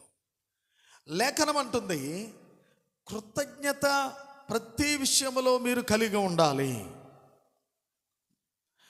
ఎందుకో తెలుసా? ఇప్పుడు నేను బండి వెళ్ళిపోతున్నాను, ఎవరో సోదరుడు ఉన్నాడు ఇక్కడ, వస్తానన్నాడు. తీసుకెళ్ళి నేను వెళ్ళే రూట్లో అతను దిగిపోతాడు. దిగేటప్పుడు థ్యాంక్స్ అండి అని చెప్తాడు. ఎందుకు చెప్తున్నాడు? ఆ కొంచెం దూరం సమయానికి అతడు వెళ్ళే అవకాశం లేదు, ఇబ్బంది పడవచ్చు. కానీ అతనికి ఇబ్బంది లేకుండా కాస్త మనం సహాయపడ్డాం. ఎలాగునా అతని కోసం వెళ్ళట్లేదు, మన కోసం మనం వెళ్తున్నాం. స్తోత్రం కలుగును గాక. అవునంటారా? మనము మన కోసం మన పని మీద వెళ్తున్నాం, తన కోసం వెళ్ళట్లేదు. మనతో పాటు తీసుకుని వెళ్ళాం, అయినా అతడికి అవసరం, అది అతనికి కావాలి, అతను వెళ్ళాలి అక్కడికి అని చేత అన్నాడు. థ్యాంక్స్ అండి అన్నాడు. అలాగే నేను ఎప్పుడైనా ప్రతి చిన్న దానికి కూడా నేను థ్యాంక్స్ చెప్పడం నేర్చుకున్నాను. ఎప్పటి నుంచి అంటే ఆది నుంచి. దేవునికి స్తోత్రం కలుగును గాక. ప్రతి దానికి. ఇప్పుడు మీలో కొందరు అనుకోవచ్చు, ఎంత సౌండ్ అవసరమా, ఈ లైట్లు అవసరమా, మరో పాదిరి గారు అవసరమా, ఇన్ని పాటలు అవసరమా? అవసరమే, ప్రతిదీ అవసరమే. ఇప్పుడు శామి ఆ వయసులో పేడ వాయించడం అవసరమా అంటే దేవుడు ఆ బిడ్డకు ఆ తలాంతను ఇచ్చేశాడు, అంతే. మీరు కాదన్నా అవునన్నా దేవుడు ఇచ్చాడని నేను నమ్ముతున్నాను. స్తోత్రం కలుగును గాక. అంటే శుభానందం ఒక్కడే పోసుకోటక్కర్లేకుండా, నేను ఒక్కనే, నేను లేకపోతే ఎవడున్నాడు అక్కడ అని ఎవ్వరూ తలంచకూడదు ఇప్పటికీ కూడా. ఒకవేళ ఆ స్థానంలో నువ్వు ఏదో కొంచెం ఓ చోటకి వెళ్ళుండొచ్చు, లేకపోతే అవకాశం లేకపోవచ్చు నీకు. కానీ దేవుని పని పరిచర్య ఆగదు. నిజమంటారా? ఆమె చెప్పగలరా? దేవుని పరిచర్య సేవ ఎప్పటికీ ఎవరో ఒకరిని నిలబెట్టుకొని తన కార్యాన్ని ఆయన జరిగించుకుంటూ వెళ్ళిపోతూ ఉంటాడు. ప్రియమైన వారలారా, మంచి వాక్యం చదివించారు దైవజనులు.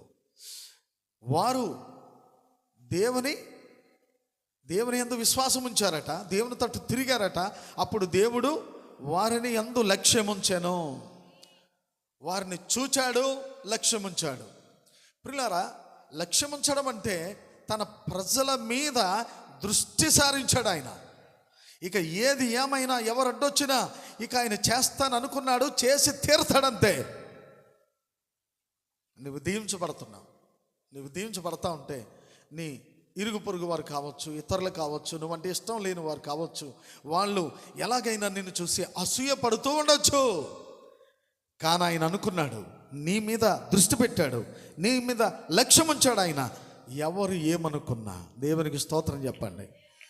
అందరూ చేతులెత్తి గట్టిగా, స్వరమెత్తడి గట్టిగా. ఎవరు ఏమనుకున్నా కానీ నిన్ను ఆయన దీవించాలనుకున్నాడు, దీవిస్తాడంతే. నీ సరిహద్దులు విశాలపరచాలనుకున్నాడు, విశాలపరుస్తాడంతే. నీ మీదకి కుప్ప కుప్పలుగా ఆశీర్వాదం పంపించాలనుకున్నాడు, పంపిస్తాడంతే. అయితే నీవు ఆయన తట్టు తిరుగుట, ఆయన ఎడల కృతజ్ఞత కలిగి జీవించుట చాలా చాలా అవసరం. ఒక దినమందు దావీదు భక్తుడు తన హృదయం నిండా గొప్ప భారముతో, గొప్ప కృతజ్ఞత కలిగి ఉండి ఆ దేవుని మందసం వస్తూ ఉన్నప్పుడు, తన పట్టణమే వస్తున్నప్పుడు, ప్రియులారా, ఆ మందసం కొరకు ఒక ప్రత్యేకమైన స్థలాన్ని సిద్ధపరుస్తున్నాడు. ఏమి కలిగింది అతని జీవితంలో అంటే గొప్ప కృతజ్ఞత భావముతో నిండిపోయిన హృదయం. దేవుడు చేసిన మేలును చెప్పాలి, నలుగురికి చెప్పాలి. అవసరమైతే 10 మందికి చెప్పు, 100 మందిలో చెప్పు, 1000 మందిలో చెప్పు, అవసరమైతే 10,000 మందిలో కూడా చెప్పాల్సిన గడి వచ్చినప్పుడు కూడా నీవు సిగ్గుపడవలసిన అవసరత ఎందుకు లేదంటే, నీ ప్రభు నీవు నీ మధ్యలో జరిగిన కార్యము అది చిన్నదైనా అది పెద్దదే, కానీ తప్పక నీవు కృతజ్ఞత కలిగి చెప్పవలసిందే. మొదటి దినవృత్తాంతాల పుస్తకం 16వ అధ్యాయం మొదటి నుండి 2 మాటలు చదువుదాం. దినవృత్తాంతములు మొదటి పుస్తకం. మీరు బైబిల్ తెచ్చుకోవాలి, వచ్చినప్పుడు ఆరాధనకని కాదు, ఇక్కడ కూడా ప్రతి కూటానికి కూడా తెచ్చుకోవాలి. చదవండి, ఓకేనా? ఈ ప్రకారము దేవుని మందసమును తీసుకుని వచ్చి దాని కొరకు వేసి ఉన్న గుడారము నడుమను దానిని ఉంచి దేవుని సన్నిధిని, ఏమండి, దేవుని ఆ మందసము కొరకు సిద్ధపరచబడిన స్థలములో మధ్యలో ఉంచి దహన బలులను సమాధాన బలులను దావీదు అర్పించి చాలించిన తరువాత అతడు యెహోవా నామమున జనులను దీవిస్తున్నాడు. ఏమండి, అక్కడికి వచ్చిన పురుషులకేమి స్త్రీలకేమి ఇశ్రాయేలీయులందరిలో ఒక్కొక్కరికి ఒక రొట్టెను, ఒక భక్ష్యమును, ఒక ద్రాక్ష పండ్ల అడను పంచిపెట్టడం ప్రారంభించాడు. దేవునికి మహిమ కలుగునుగాక. అద్భుతమైన విషయం ఉంది ఇక్కడ, దాన్ని చెప్పి నేను ముగిస్తాను. ఎందుకంటే ప్రభు ఇచ్చిన వాతావరణం నాకైతే ఇది వినోద్ సైమన్ యొక్క విశ్వాసం అనుకుంటున్నాను. ఇది వాడు చూపించే కృతజ్ఞత అనుకుంటున్నాను. నేను ముఖమే తిట్టినా నవ్వుతాడంతే. అందరికంటే ఎక్కువ తిట్టానేమో, నెహెమ్యాను కూడా అలా తిడతాను నేను. ఎందుకంటే కళ్ళ ముందు పెరిగిన బిడ్డలు వెళ్ళం, దైవజనులు వాళ్ళు గద్దించడం, దైవజనులు వాళ్ళు కొట్టుట, తైలాభిషేకం ఆశీర్వాదం అంటాడు దావీదు భక్తుడు. స్తోత్రం కలుగును గాక. అలా పిలిచేవాళ్ళు ఉండొద్దా, అలా తిట్టేవాళ్ళు ఉండొద్దా ప్రియులారా? అది వారికి ఒక దినమందు వారు రెట్టింపు ఆశీర్వాదాన్ని పొందినప్పుడు అనిపిస్తుంది, ఆ దైవజనుల ఇంట్లో ఆ గృహములో లేక చర్చిలో చేయబడినటువంటి ఆ పరిచర్య వల్ల దేవుడు ఈ స్థితికి నన్ను తీసుకొచ్చాడు కదా అనే కృతజ్ఞత వారి హృదయాల్లో ఉండిపోతుంది. స్తోత్రం కలుగునుగాక. ప్రియులారా, దావీదు ఎవరు మనకు తెలుసు? గొర్రెల వెంబడి తిరుగుతూ, గొర్రెలను కాస్తూ, అతడు ఆ సితారా తీసుకొని బండ మీద కూర్చొని, చెట్టు కింద కూర్చొని పాటలు పాడుతూ ఉన్నప్పుడు గొర్రెలు మేత మేస్తూ ఆ పాటలు వినేవి, ఆ రాగాలు వినేవి. ఆ సితారా వాయిస్తూ ఉన్నప్పుడు, ఆ వీణలు మీటుతున్నప్పుడు అవి వింటూ మేత మేస్తూ ఉండేవి. మేత మేసిన తర్వాత ఆ పాటలు వినడానికి, ఆ మధురమైన సంగీతం వినడానికి, మధురమైన పాటలు వినడానికి మరలా అతను ఎక్కడైతే కూర్చున్నాడో చుట్టూ మందలుగా వచ్చి కూర్చునేవంతే, వినేవంట. అలా వినే సందర్భాల్లో 2-3 మార్లు ఎలుగుబంటి ఒకసారి వచ్చింది, సింహం ఒకసారి వచ్చింది. అయితే దేవుడు వాటిని చంపగలిగిన శక్తిని దావీదుకి ఇచ్చాడా? మాట్లాడతలేదు ఎవరు? దావీదుకి ఇచ్చాడా? ఆ శక్తి ఎవరిది? ఆయనదే. ఆ మహిమ ఎవరిది? ఆయనదే. దావీదు చిన్నవాడే, అతడు చంపలేడు, అతడు ఎదిరించలేడు, అతడు హతమార్చలేడు. అది అతని వల్ల కాదది. ఎందుకంటే అతడు చేతులు ఏమి లేదు, ముసలివాడు అయిపోయారు. కాళ్ళు చాపుతున్నారా? అరే నాయన ప్రియులారా, అతడి చేతిలో చిన్న వడిసెల మాత్రం ఉండేది. ఖడ్గమ లేదు, డాలు లేదు, కత్తి లేదు. కనుక ఎలుగుబంటి తనకంటే 10 రెట్లు పెద్దది, సింహం తనకంటే 20 రెట్లు పెద్దది. కానీ వాటిని జయిస్తున్నాడంటే, చంపగలుగుతున్నాడంటే దేవుని కృప. ఇంతవరకు ఆ పాట ఎందుకే పాడమన్నాను నేను సోదరుణ్ణి. పాడు సోదరుడా, ఆ కృపాతిశయం పాట పాడమన్నాను అందుకే.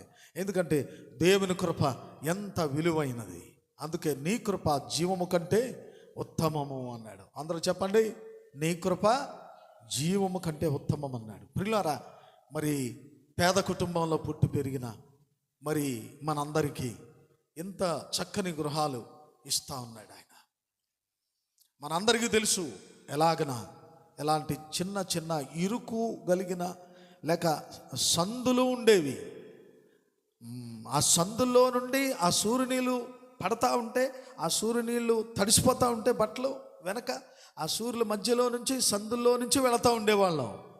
ఇలాంటి వీధులు లేవు ఇప్పుడు. ప్రియులారా, ఏ స్థితి నుంచి ఏ స్థితిలోనికి తీసుకొచ్చాడు ఆయన. కృపాతిశయమును బట్టి స్తుతిందాం ఆయన్ని గట్టిగా. ఇంకా శబ్దం రావాలి, కనీసం రోడ్డు మీద కూడా వినబడవు. దేవునికి మహిమ కలుగును గాక. కనుక ప్రియులారా, నీవు కృతజ్ఞత భావముతో ఉండగలిగితే ఇంకనూ ఆయన నీ పట్ల కార్యములు చేస్తూనే ఉంటాడంతే. నీవు అడ్డు తగలకుండా ఆయన నిన్ను దీవించడానికి, నీ పట్ల కృప చూపించి ఆయన నిన్ను నేరుగా ఒక చక్కటి ఎత్తైన స్థలములో నీ పాదాలు నిలబెట్టాలి అని అనుకుంటున్నప్పుడు నీవే చప్పట్లు కొట్టడానికి భయం, ప్రార్థించడానికి భయం, అంతా ఇబ్బంది పడిపోతూ ఉంటారు. రాగానే కుర్చీ వెతుక్కుంటూ ఉంటారు. ఏముంటుంది అసలు? అది ఎంతవరకు కరెక్ట్? అది తప్పనిసరి అయితే ఎలాగా తప్పదు. కానీ వచ్చిన వారు మరలా అటు ఇటు దిక్కులు చూస్తూ ఉంటారు, మరి మాట్లాడుతూ ఉంటారు. ఇది మనకు తగునా? అసలు దేవుడు ఇంత అవకాశం ఇచ్చాడంటే రాగానే అక్కడ పట్ట వేయకపోయినా అవసరమైతే కింద అయినా మోకరించి ప్రార్థించగలిగిన స్థితి రావాలి మనందరికీ. అదే దేవుని ఎడల కృతజ్ఞత. దేవుని ఎడల మనం చూపించే కృతజ్ఞత. దావీదు భక్తుడు ఒక దినమందు తన పట్టణానికి వస్తూ ఉంది మందసం. అంతకుముందు ఈ మందసము ఎక్కడికి పోయింది? శత్రుల మధ్యకు వెళ్ళిపోయింది. ఏలి కుమారులు హొప్ని ఫీనెహాసులు యాజకులుగా ఉంటున్న దినాలవి. దేవుడు వారికి అప్పగించేశాడు. శత్రువులకు అప్పగించినప్పుడు అయ్యో వారిద్దరు యాజకులు చనిపోతారు, రాజు చనిపోతున్నాడు, రాజు కుమారులు చనిపోయారు. ఎందుకు? దేవుని ఎడల కృతజ్ఞత లేని వారుగా ఉండిపోయారు వాళ్ళు. నిజ దేవుడు వారికి తెలుసండి. నిజ ఆరాధన తెలుసా వారికి? తెలుసండి. ఎలా బ్రతకాలో తెలుసా వారికి? తెలుసు. అయినను వారు కృతజ్ఞత లేని కాలముగా ఉండిపోయింది. సౌలుకి దేవుని భయం లేకుండా అయిపోయింది. అలాగే ఆ సమూయేలు చనిపోయిన తర్వాత, ప్రవక్త చనిపోయిన తర్వాత సౌలు ప్రియులారా యుద్ధానికి పోతున్నాడు. దేవుడు లేకుండా వెళుతున్నాడు యుద్ధానికి. సహోదరి, సహోదరుడా, ప్రభువు లేకుండా, నీ తండ్రి నీతో లేకుండా, నీ ప్రభు నీతో లేకుండా ఒక్క అడుగు ముందుకు వేస్తే నువ్వు అపాయంలో పడతావు తప్ప, ముంపులో పడతావు తప్ప, అయ్యో తర్వాత ఏది బాదుకున్నా నీకు ప్రయోజనమో ఉండదు. ఆయన నీతో రావాలి, నీతో ఉండాలి. మన ప్రభు ఏం కోరుకుంటున్నాడో తెలుసా? అద్భుతమైన విషయం. దాన్ని చెప్పడానికే ఈ రాత్రి నిలబడ్డాను. మన ప్రభువు మన మధ్య ఉండడానికి ఇష్టపడుతున్నాడు ఆయన. ఎంతమంది గట్టిగా ఆమె చెప్పగలరు? అందుకే దావీదు, చదవండి ఇప్పుడు దినవృత్తాంతాలు. వారు దేవుని తీసుకొని వచ్చి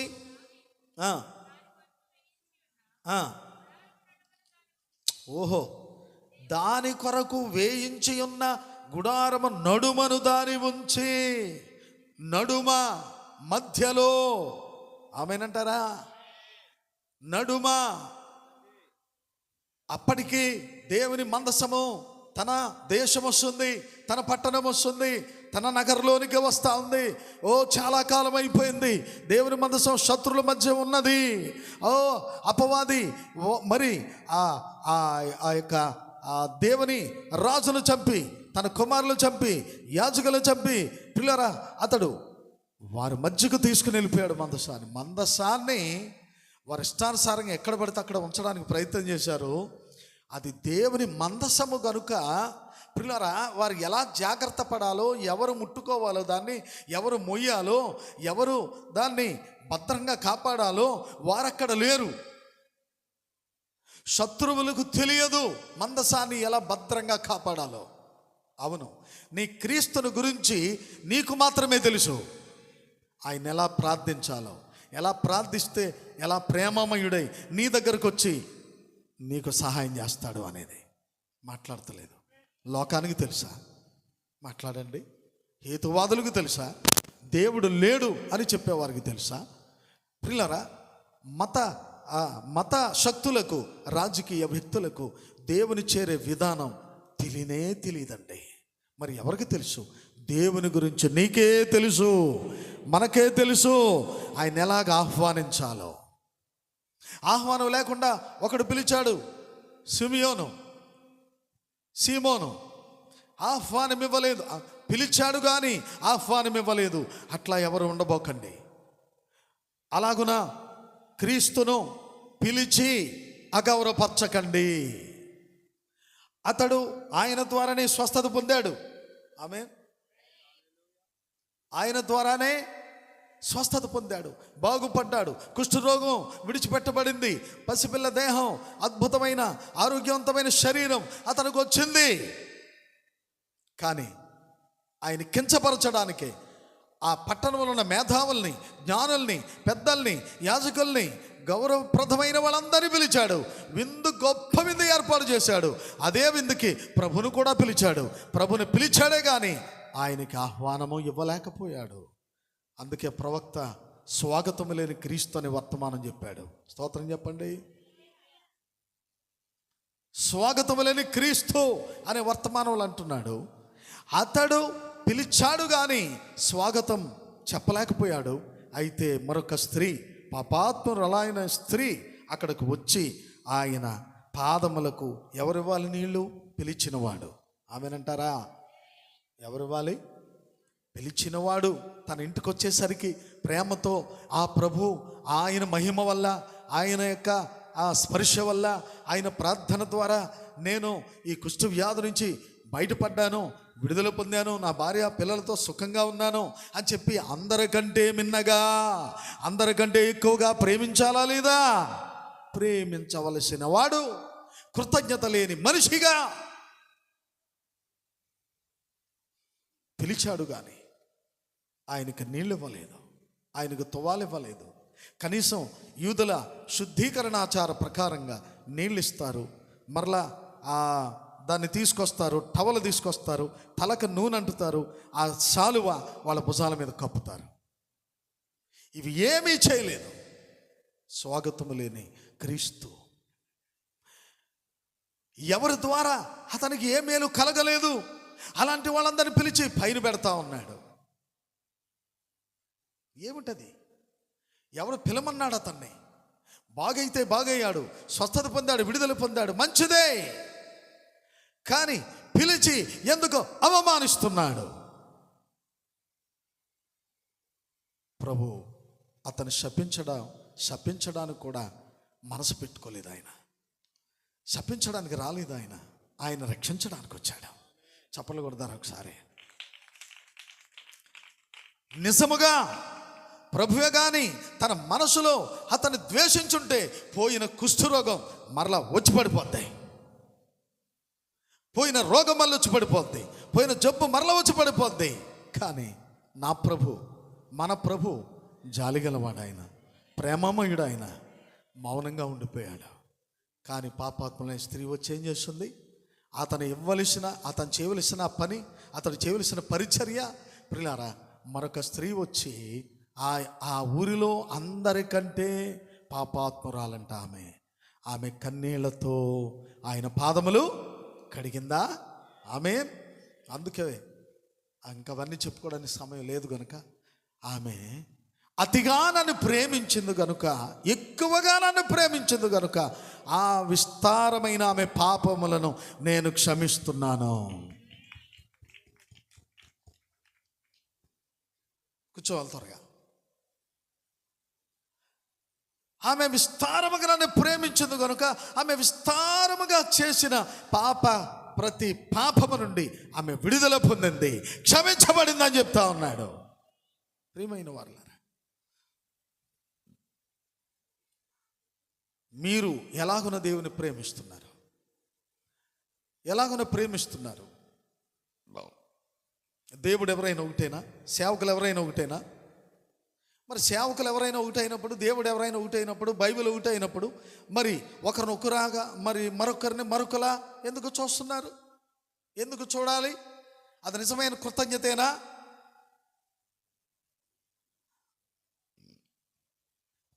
దేవుని ఎడల కృతజ్ఞత కలిగి ఉన్నావా నువ్వు?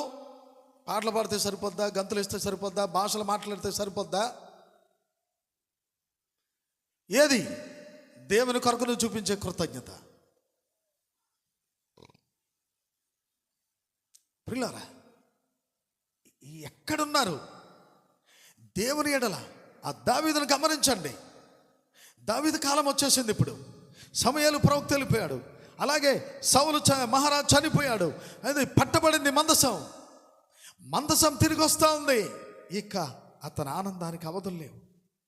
ఒక సామాన్యుడు గంతులు వేసే రీతిగా అతడు గంతులు వేస్తూ ఉంటే మీకాలు అంతఃపురములను చూసి ఒక సామాన్యుడు వలె గంతులు వేస్తాడే, ఇతడు మహారాజు అయ్యండి అని ఊరిక పళ్ళు పటపటలాడించేసింది. జాగ్రత్త, నీ దాసుడినైతే నువ్వు వంగి నమస్కారాలు చేసేసి వేరొక దాసుని నీ ఇష్టానుసారంగా పళ్ళు పటపటలాడించి నువ్వు ఇష్టానుసారంగా మాట్లాడితే తగిన మూల్యము చెల్లించవలసి ఉంటుంది. తగిన మూల్యము తప్పక నువ్వు చెల్లించవలసి ఉంటుంది. నువ్వు పెద్ద చిన్న స్త్రీ పురుషులని భేదం లేదు. మీకాలు గొడ్రాలైపోయింది, మూసాడంతే దేవుడు గర్భం, మళ్ళీ పిల్లలు లేరు దానికి. ఒకరికైతే ఒకలాగా, మరొకరికైతే మరొకలా. ఏంటది? అది ప్రేమ, నటనది, నటన భక్తి, అది వేషధారణ. ఈమె వేషధారణ మిగిలిపోయింది మీకాలు. ఆవిడే పెద్ద భక్తిపరాలు అనుకుందన్నమాట. దావీదు ఆత్మలో తేలిపోతున్నాడు, తన్మయుడైపోయాడు, అందులో లీనమైపోయాడు. మందసం వస్తూ ఉంటే కృతజ్ఞతాభావంతో నిండిపోయింది తన జీవితం. నా దేవుని మందసము తిరిగి మన మధ్యకు వస్తూ ఉంది అని చెప్పి తనను తాను మరిచిపోయే రీతిగా ఆత్మలో నుండి పరవశుడవుతూ ఉంటే అమ్మగారు పైనుండి చక్కటి రాజవస్త్రాలు ధరించి రంగులు పూసుకొని ఆ కిటికీలోని చూసిందంట. ఏమిటి శబ్దం? ఏమిటి గొల్లు శబ్దం? అవును, గొల్లు శబ్దమే, తాళాల శబ్దమే, చప్పట్ల శబ్దమే, బోరుల శబ్దమే. ఎందుకు? ఆయన దేవుని మందసము తిరిగి దేవుని పట్టణంలోనికి వస్తూ ఉంది. గట్టిగా చపలగొడుతూ దేవుని ఆరాధించండి. ఆయన ఎక్కడ ఉండాలని కోరుకుంటున్నాడంటే దావీదు ఆయన మందసము కొరకు ఒక ప్రత్యేకమైన స్థలమును సిద్ధపరిచి ఆ స్థలము యొక్క మధ్యలో ఆమె సహోదరి, నీవు నీ ఇంటిలో ప్రభువుని ఒక మూలకు తోస్తున్నావు కదా. నీ హృదయంలో ఆయన ఒక మూలకు తోస్తున్నావు కదా. ఆలోచించండి ఒకసారి. నీ కార్యముల వల్ల, నీ యొక్క పరిస్థితుల మూలముగా నీ ప్రభువుని గృహమునకు మధ్యలో పెడుతున్నావా, లేక ఏదో ఒక మూలకు, ఒక వర్తమాన పుస్తకం ఆ మూలకి, బైబిలు ఏదో మూలకి, నువ్వెక్కడ బైబిల్ ఇసురుతావో నీకు తెలియదు, నీ వర్తమానం పుస్తకం ఎక్కడ పెడతావో నీకు తెలియదు. జాగ్రత్త. నీ దేవుడు, నీ ప్రభువు ఏదో మూలను ఉండువాడు కాదు. నువ్వు మూలను పెడతావనుకుంటున్నావు, అందుకే నీ జీవితంలో క్షేమాన్ని, దేవుని కృపను, పరిపూర్ణమైన ప్రేమను పొందలేకపోతున్నావు. జాగ్రత్త పడదాం మనం. ఎందుకంటే ఆయన వాక్యమును, ఆయన సన్నిధి మన మధ్యలో ఉండాలని కోరుకోవాలి మనం. మీరు గమనించారా? ఇజ్రాయేల్ గురించి నిర్గమాకాండం, లేవియాకాండం చదవండి ఇంటికి వెళ్ళిన తర్వాత. మందసము మధ్యలో ఉంది, 4 దిక్కుల 3 గోత్రముల చొప్పున నివసించడం ప్రారంభించారు. అది దేవుడిచ్చిన ప్లాన్. అది హల్లెలూయా. 3 గోత్రములు తూర్పు, 3 గోత్రములు పశ్చిమ, 3 గోత్రములు ఉత్తరము, మిగతా 3 గోత్రములు పశ్చిమ, అదే దక్షిణం.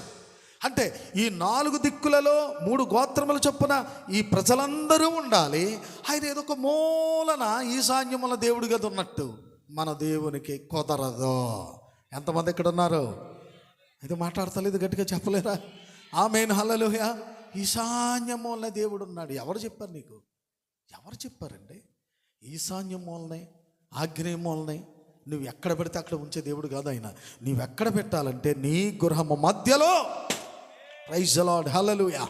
నీ గృహము మధ్యలో ఆయనకి వేయి. ఆయన సన్నిధి అక్కడ ఉండాలని కోరుకొని వంతే. అందుకే మోషేతో మాట్లాడుతూ అన్నాడు, తూర్పున పలానా గోత్రములు ఉండాలి, పశ్చిమమున పలానా గోత్రములు ఉండాలి, దక్షిణమున ఉత్తరమున పలానా గోత్రములు ఉండాలి. చూడు, మందసము, ప్రత్యక్షపు గుడారము వాటి మధ్యలో ఉండవలెను. మధ్యలో ఉండు దేవుడు, మధ్యలో ఉండు దేవుడు ఆయన. నీవు ఒక మూలకి ఇసిరేస్తానేమో ఆయన్ని. ఎందుకు ఇసురుతావో తెలుసా? నీ క్రియలు ఎక్కువైనాయి, దేవుని క్రియలు తక్కువైనాయి. నీ ఆలోచన ఎక్కువైపోయినాయి, నీ తలంపులు ఎక్కువైపోయినాయి. ఇక నువ్వు ఫోన్ మాట్లాడడం పాస్టర్ గారు బలి చెప్తారు అలాంటి విషయాలన్నీ నాకు జ్ఞాపకం రావు. కానీ అలా మాట్లాడుతూ వెళ్ళిపోతారంట పొంతకట్లకి, కాలువ దగ్గరికి వెళ్ళిపోతారంట. ఒక్కొక్కరు ఆ కాలువ వస్తుందో లేదో కూడా చూడకుండానే పడిపోతారు. అందులోని బోధలో పడిపోతున్నారు, చెరువులో పడిపోతున్నారు, గోదావరిలో పడిపోతున్నారు. ఏమిటండి మాయ? ఎంత మాయ వచ్చేసింది చివరి దినాల్లో. అవును, సాతాను ఏదేనిది చెప్పండి. ప్రస్తుతము అపవాది ఆదామవ్వలను మోసం చేసి వారి చేతులు తీసుకొని ఈ 6000 సంవత్సరాలుగా సాతాను ఏదేనుగా మార్చాడు. ఈ సాతాను ఏదేనులో నిన్ను నన్ను ఆయన చిత్తము చొప్పున ఎన్నుకొని ఈ కాలపు వర్తమానం ఇస్తున్నాడు. దేవునికి మహిమ కలుగును గాక. ఈ వర్తమానం ఏం చేస్తుంది? నువ్వు మరలా తిరిగి దేవుని ఏదేనులోనికి తీసుకొని వెళ్ళుటకే. ఎక్కడి నుండి? సాతాను ఏదేనులో నుండి. ఆదాము ఏదేనులో జీవించాడో ఆ మొదటి ఏదేనులోనికి తీసుకొని పోవడానికే ప్రభు నిన్ను ఎన్నుకున్నది. కనుక ప్రభుని నీ నడుములో, అంటే నీ మధ్యలో నువ్వు ఉంచాలి. శాస్త్రవేత్తలకు, డాక్టర్లకు అర్థం కాని ఒక విషయం ఉంది. ఈ గుండెలో ఒక మూలన ఒక స్పేస్, ఒక ఖాళీ ఉంది. అది సైంటిస్టులకి, గొప్ప డాక్టర్లకి అర్థం కావట్లా నేటి వరకు. నీ గుండెకాయ ఎంత ఉంటుందంటే నీ గుప్పెలు అంత ఉంటుంది. నా గుప్పెలు అంత ఉంటుంది. మీ గుప్పెలు ముడవండి, అంతనే ఉంటుంది. నువ్వు ఎంతలా ఉన్నా కానీ అంతే ఉంటుంది. నువ్వు ఎంత సన్నంగా ఉన్నా కానీ నీ గుప్పెలు ఎంత ఉంటుందో అంతే పరిమాణము ఉంటుంది. ఆ గుండెలో ఏమండి ఇప్పుడు మనం హృదయం అంటే దేన్ని చూపిస్తాం? దాన్నే కదా చూపిస్తాం. సింబలు పిల్లలందరూ కూడా ఆ హృదయం అనే సింబల్ని వేసి ఐ లవ్ యూ అంటారు. వాళ్ళకి అర్థం అయినా అర్థం కాకపోయినా ఐ లవ్ యూ యొక్క అర్థం ఏంటంటే గుండె సింబల్ అంట. మంచిది, నిజమే. నీవు దేన్నైతే ఇష్టంగా ప్రేమిస్తున్నావో, దేన్ని? గుండెను. అంటే నీ ప్రాణం ఉన్నదో లేదో, నువ్వు బతుకుతున్నావో సచ్చావో అనే దానికి ఎక్కడా సూచన? ఆమెన్ చెప్పగలరా? ఆమెన్, స్తోత్రం. కనుక ప్రియులారా, ఈ గుండెల్లో లోపల ఏమండి ఒక ఖాళీ స్థలం ఉన్నది. అదే మనిషికి మధ్యస్థమై ఉన్నది. అక్కడనే నీ ప్రభు నీతో సహవాసం చేయడానికి సిద్ధపడతా ఉన్నాడు. దేవునికి స్తోత్రం కలుగును గాక. నీకు మధ్యలో ఆయన నివాసం చేయడానికి. మరి నీ ఇంటిలో కూడా ఆయన మధ్యలో పెట్టాలి. నువ్వు నీ బైబిల్ ఎక్కడ పెడతానో తెలియట్లేదంటే అయోమయంగా బతకండి, తెలివి తక్కువ బతకండి. మీ ఇష్టానుసారంగా బైబిల్ తెచ్చి పడేసి, వర్తమానం తెచ్చి పడేసి, బిజీ అంటూ దేవునికి దూరం కాకండి. దేవుని ఉగ్రత కొని తెచ్చుకోకండి. సేవకుడు ఎవడైనా దేవుని చేత పిలువబడితేనే అతడు యోగ్యుడు అనబడతాడు. అతన్ని కానీ నీ ఇష్టానుసారంగా నోరుంది కదా అని పళ్ళు ఉన్నాయి కానీ పట్టపట్లాడించావా, పళ్ళన్నీ ఊడిపోతాయి. మాటలనుకుంటున్నారా? అంటే నువ్వు ప్రేమించేవాడే సేవకుడా? ఇక ఎవడు సేవకుడు కాదా? ఇంకా పిలుపుందో లేదో అది నీకు తెలీదు, దర్శనం ఉందో లేదో నీకు తెలీదు, ప్రజలు మోసం చేసి వస్తున్నాడో లేదో నీకు తెలీదు. కానీ నీ ఎదురుగా కనబడ్డవాడు వట్టి ఫూలుగా ఎందుకు మాట్లాడుతున్నావు? దావీదును అలాగే మాట్లాడింది, అలాగే చూసింది, తన మనసులో హీనపరిచింది. ఎవరు దావీదు అంటే? దైవజనుడు ఉంది బైబిల్లో. స్తోత్రం చెప్పండి. నా భర్త కదా అనుకుంది, బైబిల్ అంటుంది దైవజనుడట. దావీదు మూసేశాడు గర్భాన్ని. ఒకవేళ నీకు అన్నీ కలిగి ఉన్నావు అనుకుంటున్నావేమో. అందం ఉంది, శక్తి ఉంది, బలం ఉంది, నోరుంది. ఎంతమందినైనా మాటలతో కట్టేయచ్చు. నా ఇష్టానుసారంగా నేను మాట్లాడితే నా మాటకి, నా తిట్లకి అందరూ భయపడి ఎవరు నా జోలికి రారు అనుకుంటున్నావేమో. ఖబర్దార్, దేవుని ముందు ఎవడు తప్పించుకోలేవు. నెబుకద్నెజరు తప్పించుకున్నాడా? నెబుకద్నెజర్ మహాచక్రవర్తి, పాత నిబంధన కాలంలో బంగారపు శిరస్సు అతడే. గడ్డి తినిపించాడు దేవుడు. మానవ రాజ్యము నుండి, సింహాసనము నుండి లాగాడు కిందకి. గడ్డి తినం అన్నాడంతే. అరణ్యంలోకి వెళ్ళి గడ్డి మేశాడు. పశువు వలె గడ్డి మేసి, పక్షి గోళ్ళ వలె గోళ్ళు పెరిగాయి. అతనికి ఈకలు వచ్చాయి, శరీరం అంతా ఈకలు. పక్షిలా ఎగిరి చెట్ల మీద పడుకున్నాడు. రాత్రుల్లో పగలు కిందకి దిగాడు, పశువులు గడ్డి మేశాడు. ఏమనుకుంటున్నారు? దేవుడు ఏమైనా చేయగలడు. దేవునితో ఆటలాడవద్దు. ఎంతమంది ఇక్కడ ఉన్నారు? నువ్వెవరమైనా సరే దేవుడు మాట్లాడుతున్నప్పుడు నిన్ను నీవు దిద్దుకోవలసిన సమయం ఇదే. నీకు ఉండవలసింది ఏమిటి? దేవుని కోరుకునే స్థలం, ఆయన విశ్రమించే స్థలం, ఆయన విశ్రాంతి తీసుకునే స్థలం ఏది? నీకు మధ్యలో నీ గుండె నీకెంతటి ప్రధాన భాగమో. మరి నీ దేవునికి ఏ భాగం ఇస్తావు? రెండో భాగమా? మూడో భాగమా? మూడో స్థానమా? రెండో స్థానమా? అవును, మరి ఆపద కలిగినప్పుడు, శోధన కలిగినప్పుడు, అవసరం కలిగినప్పుడు దేవునికి మొదటి స్థానం ఇచ్చేసి, ఓ దేవుడా నువ్వు లేకపోతే బతకలేనంటావు. తర్వాత రెండో స్థానంలో పెట్టేస్తావు ఆయన్ని. ఇంకా నువ్వు బిజీ అయిపోతావు కదా, అప్పుడు మూడో స్థానంలో పెట్టేస్తావు ఆయన్ని. అంటే నీ తెలివితేటలు దేవునికి తెలియవనుకుంటున్నావా? నీ జాగుతనము, నీ నిర్లక్ష్యము దేవునికి తెలియదు అనుకుంటున్నావా? అయ్యో మోసపోతున్న సోదరి, మోసపోతున్న సోదరుడా, మేల్కోండి. సమయం లేదు ఇక. సోదరుడు చెప్పినది అక్షరాల నిజమది. అయ్యో నా కుమార్తె దూరంగా ఉండి చదువుకుంటుంది, ఆరాధన లేదే. ఆత్మల భారము కలిగినటువంటి మాట అది. నిజమే. మనం అనుకుంటాం మా పిల్లలు ఉద్యోగాలు చేస్తున్నారు ఉద్ధరించడానికి, మనల్ని ఉద్ధరించడానికి. మా పిల్లలు ఉద్యోగాలు చేస్తున్నారు. నేను ఒక రోజు చెప్పాను, సాతాను విన్నాడు.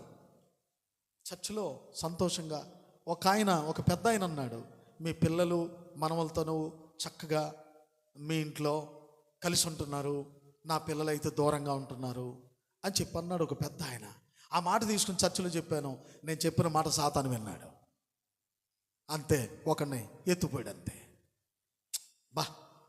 అప్పటి నుంచి మాట్లాడుతున్నాను, బోధిస్తున్నాను, ప్రార్థిస్తున్నాను, అన్నీ చేస్తున్నాను దేవుని కోసం. కానీ ప్రక్క మంట. నేను చెప్పాను ఆ రోజుని, నాకు దేవుడి ఈ స్థితిలో ఉంచాడు దేవుడు.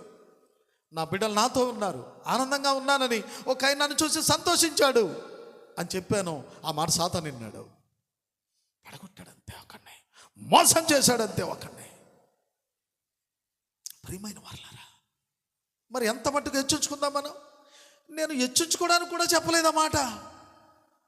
ఒక పెద్ద ఆయన ఇలాగ అన్నాడు, నా కొడుకులు ఉన్నారు, వారు దూరాలు దేశాల్లో ఉండి వాళ్ళు ఉద్యోగాలు చేసుకుంటున్నారు, నీ బిడ్డలు అయితే నీతోనే ఉన్నారు, నీ మనవలు నీతోనే ఉన్నారు, ఎంత సంతోషం అయితే నీకు అంటే ఆ మాట చెప్పానంతే నేను.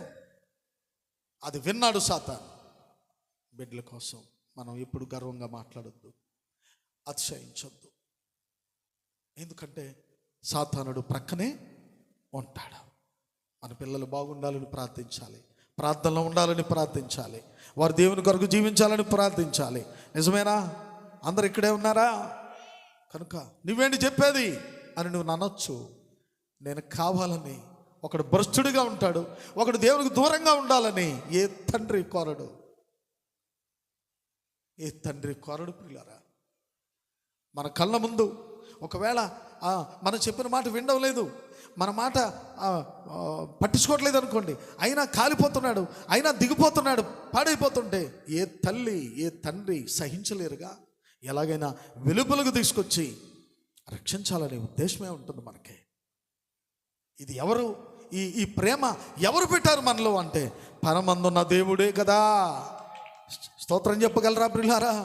పరమందున్న దేవుడే మనలో ఉంచాడు ఆ ప్రేమ. నీ భర్త సరికాదు, విడిచిపెట్టేస్తావా? నీ బిడ్డ సరికాదు, విడిచిపెట్టగలవా? తప్పిపోయి తిరిగి వచ్చినాడు, చచ్చిపోయి తిరిగి బతికాడురా, అందుకే వాడి కోసం విందు ఏర్పాటు చేశానన్నాడు తండ్రి. చూశారండి, ఆ తప్పిపోయిన కుమారుడు ఎవరు? మనమే కదా. ఆ తన దగ్గర ఎల్లప్పుడూ పెద్ద కుమారుడు ఇజ్రాయేలులే కదా. తప్పిపోయిన వాళ్ళ మనమే కదా. అవునండి, దేవుడు లేని మనుషులు అండి మనం. గతి లేక నేను మతి మాలిపోగా అని రాజుబాబు గారు అద్భుతమైన పాట పాడాడు. గతి లేని వాళ్ళం, మతి లేని వాళ్ళం మనం, కృతజ్ఞత అంటే ఏమిటో తెలియని జనాంగం మనం. ఆయన మన వెతుక్కుంటూ వచ్చాడు. అందరు చెమలు కొడుతూ ప్రభుత్వం. ఆయన వెతుక్కుంటూ వచ్చాడు మనల్ని. ఆయనే మొదటిగా మనలను ప్రేమించాడు. నేను ప్రేమించుచున్నాను ప్రభువును ఎందుకనగా ఆయనే మొదటిగా నన్ను ప్రేమించెను. ఎందుకనగా ఆయనే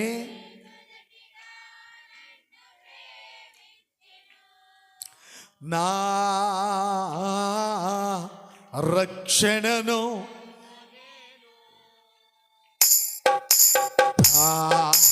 కల్వరి వృక్షము పైనే నా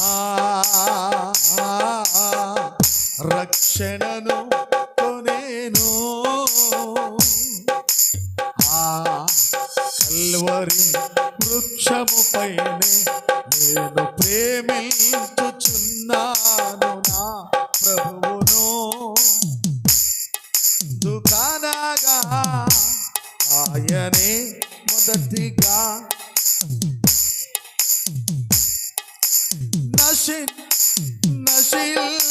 నశించిపోవుచున్న నన్ను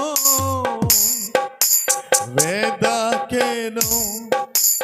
ఆయనే కంటిన్యూ చేయాలి. లాంటి మార్చెను. ఆయనే పడదాం.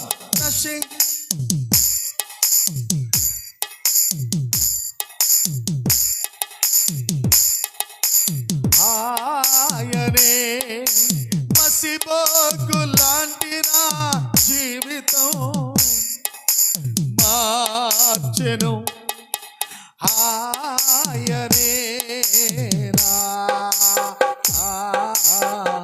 రక్షణను కొనేను.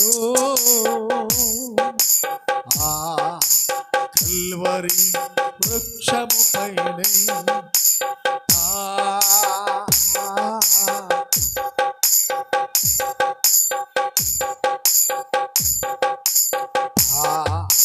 కల్వరి వృక్షము పైనే నేను ప్రేమించుతున్నాను ప్రభువును.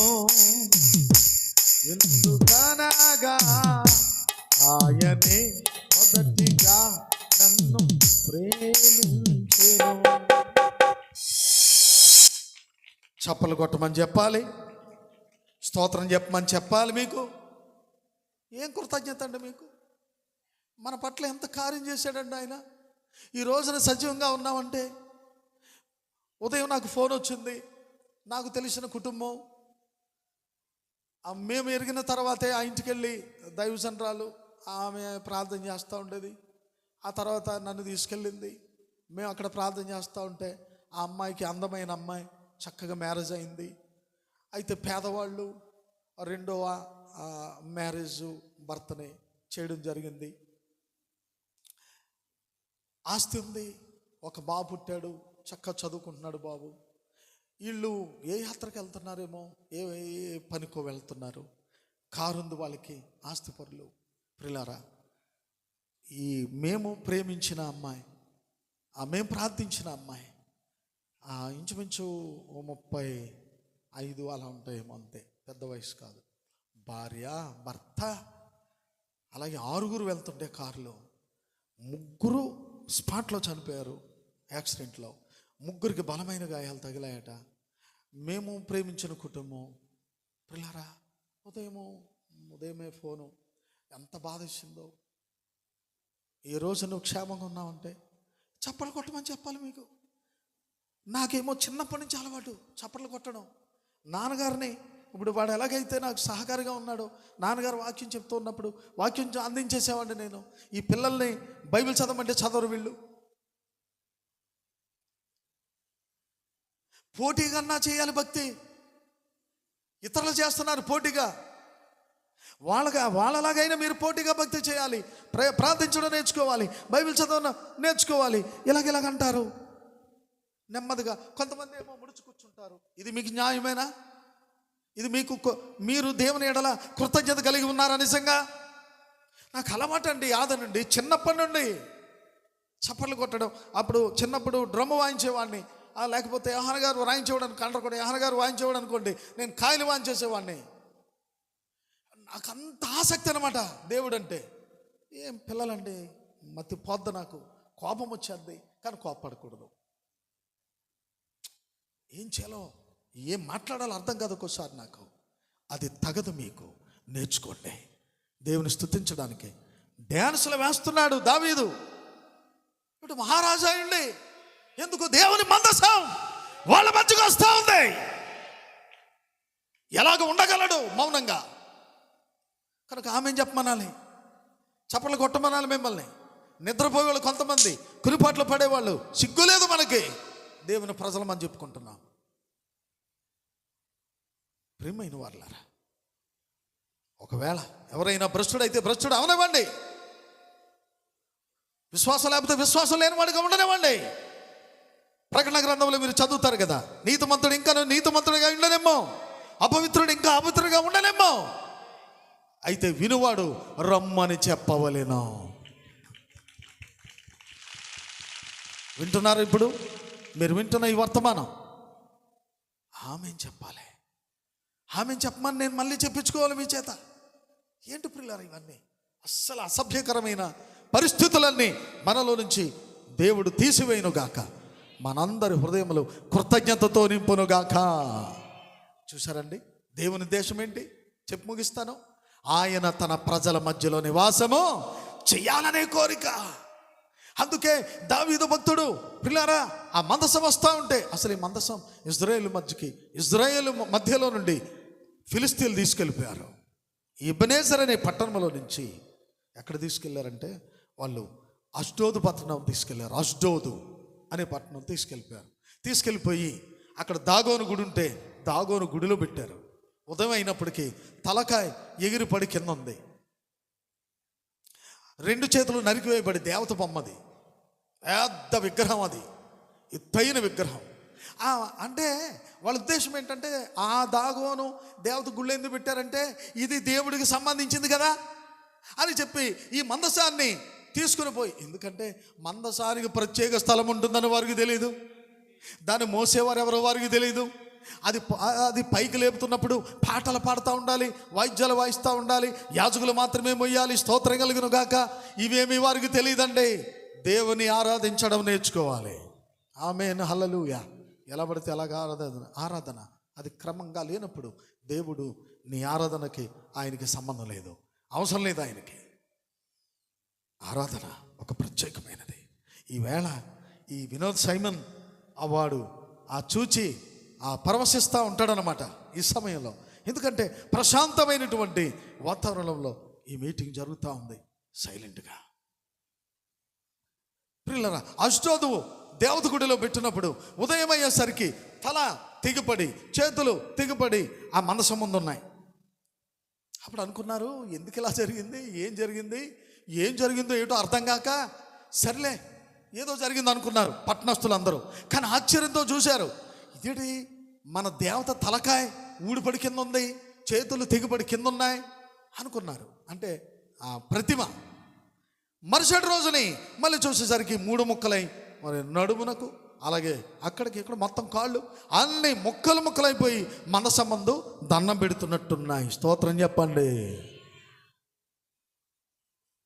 నిజ దేవుని మందసాన్ని ఆ పవిత్రమైన స్థలంలో పెడితే దేవుడు ఊరుకుంటాడా? ముక్కలుగా తెగిపడి ఉన్నాయి కింద.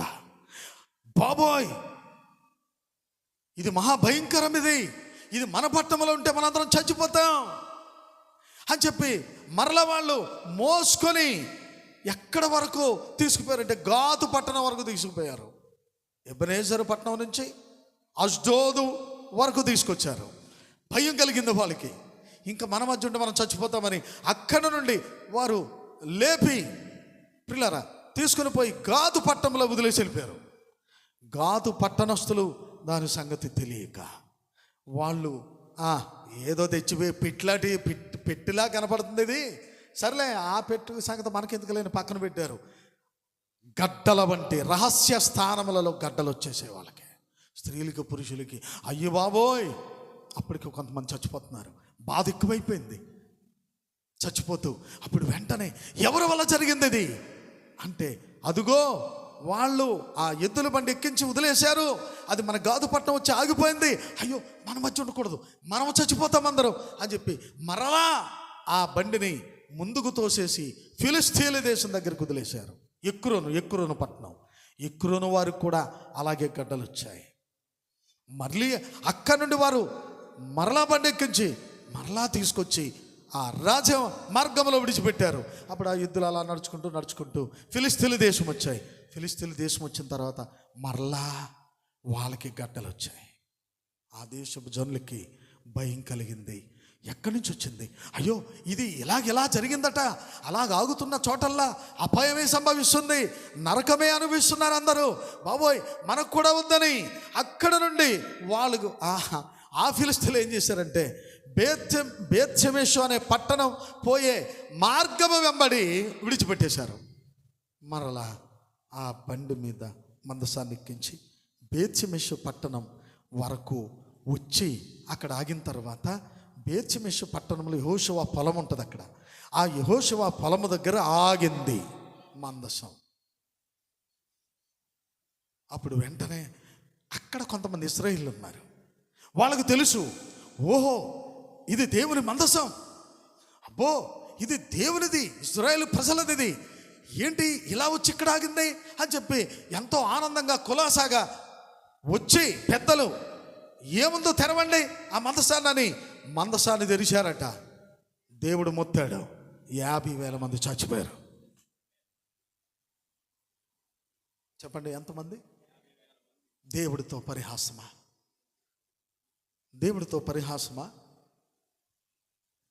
వర్తమానానికి వ్యతిరేకంగా నువ్వేమి సాధించలేవు. వర్తమానాన్ని కాదని నువ్వు ఎక్కడికి పోలేవు. అంటే నువ్వు అనుకోవచ్చు, నేను నమ్మింది గొప్ప, నేను పొందిన బాప్తీసం కరెక్టు, నా సంఘం కరెక్టు, నా బోధ కరెక్ట్ అని. వర్తమానం వచ్చిన తర్వాత ఏది కరెక్ట్ కాదు. ఎంతమంది ఆమె చెప్పగలరు? వర్తమానం రాకముందు అన్నీ సమానమే, అన్నీ ఒకటే, దేనికి అదే గొప్ప. కానీ వర్తమానం వచ్చింది, దేవుడు మొత్తం క్రైస్తవులందరి కొరకు, అన్యజనుల కొరకు ఒక ప్రవక్తను పంపించాడు. ప్రవక్త రంగం మీదకి వచ్చాడు, వాక్యాన్ని వివరించాడు. ఆ వాక్యాన్ని బట్టే నేను ఇప్పుడు త్రాసులో వేసేది. మా సంఘానికి వచ్చాయి అని నువ్వు ఎంతమంది లాక్కెళ్తావు, లాక్కెళ్ళు, మాకేం భయం లేదు. ఎందుకంటే ఏర్పాటులో ఉన్న గొర్రెపిల్ల మాత్రమే, గొర్రెపిల్ల జీవగ్రంథంలోకి వస్తుంది. అక్కడికి ఈలోగా నువ్వు చెడు చెప్పొచ్చు, అది మంచిది కాదనొచ్చు, అతను మంచోడు కాదనొచ్చు, చెప్పుకో, నీ ఇష్టం. కానీ ఏర్పాటు నొందిన వారిని నీవు మోసం చేయలేవు, అది నీ వల్ల కాదు. ఒకవేళ నువ్వు ₹1,00,00,000 ఇటు మందిరం కట్టించవచ్చు, మందిరంలో దేవుడు ఉంటేగా. ఈ రోజున బైబిల్ ముందు నిలబడి మాట్లాడుతున్నాను. 10 కోట్లు పెట్టి నువ్వు మందిరం కట్టొచ్చు, నీ చర్చికి 1,00,000 మంది రావచ్చు, నీ మధ్య దేవుడు ఉంటేగా. ఈ రోజున మోసపోయేది అక్కడే, క్రైస్తువులు మోసపోయేది అక్కడే. ఎక్కడుండును ఆయన వాక్యం ఎక్కడుండునో ఆయన అక్కడ ఉండును, ఆ వర్తమానం ఎక్కడుండునో ఆయన అక్కడ ఉండును. ఎందుకంటే ప్రవక్త గీటురాయి మనకిప్పుడు. ఆ ప్రవక్త ఏం చేశాడు? ఆయన బైబిల్లో నుంచి అపోస్తుల బోధ మాత్రమే తీసుకొచ్చాడు.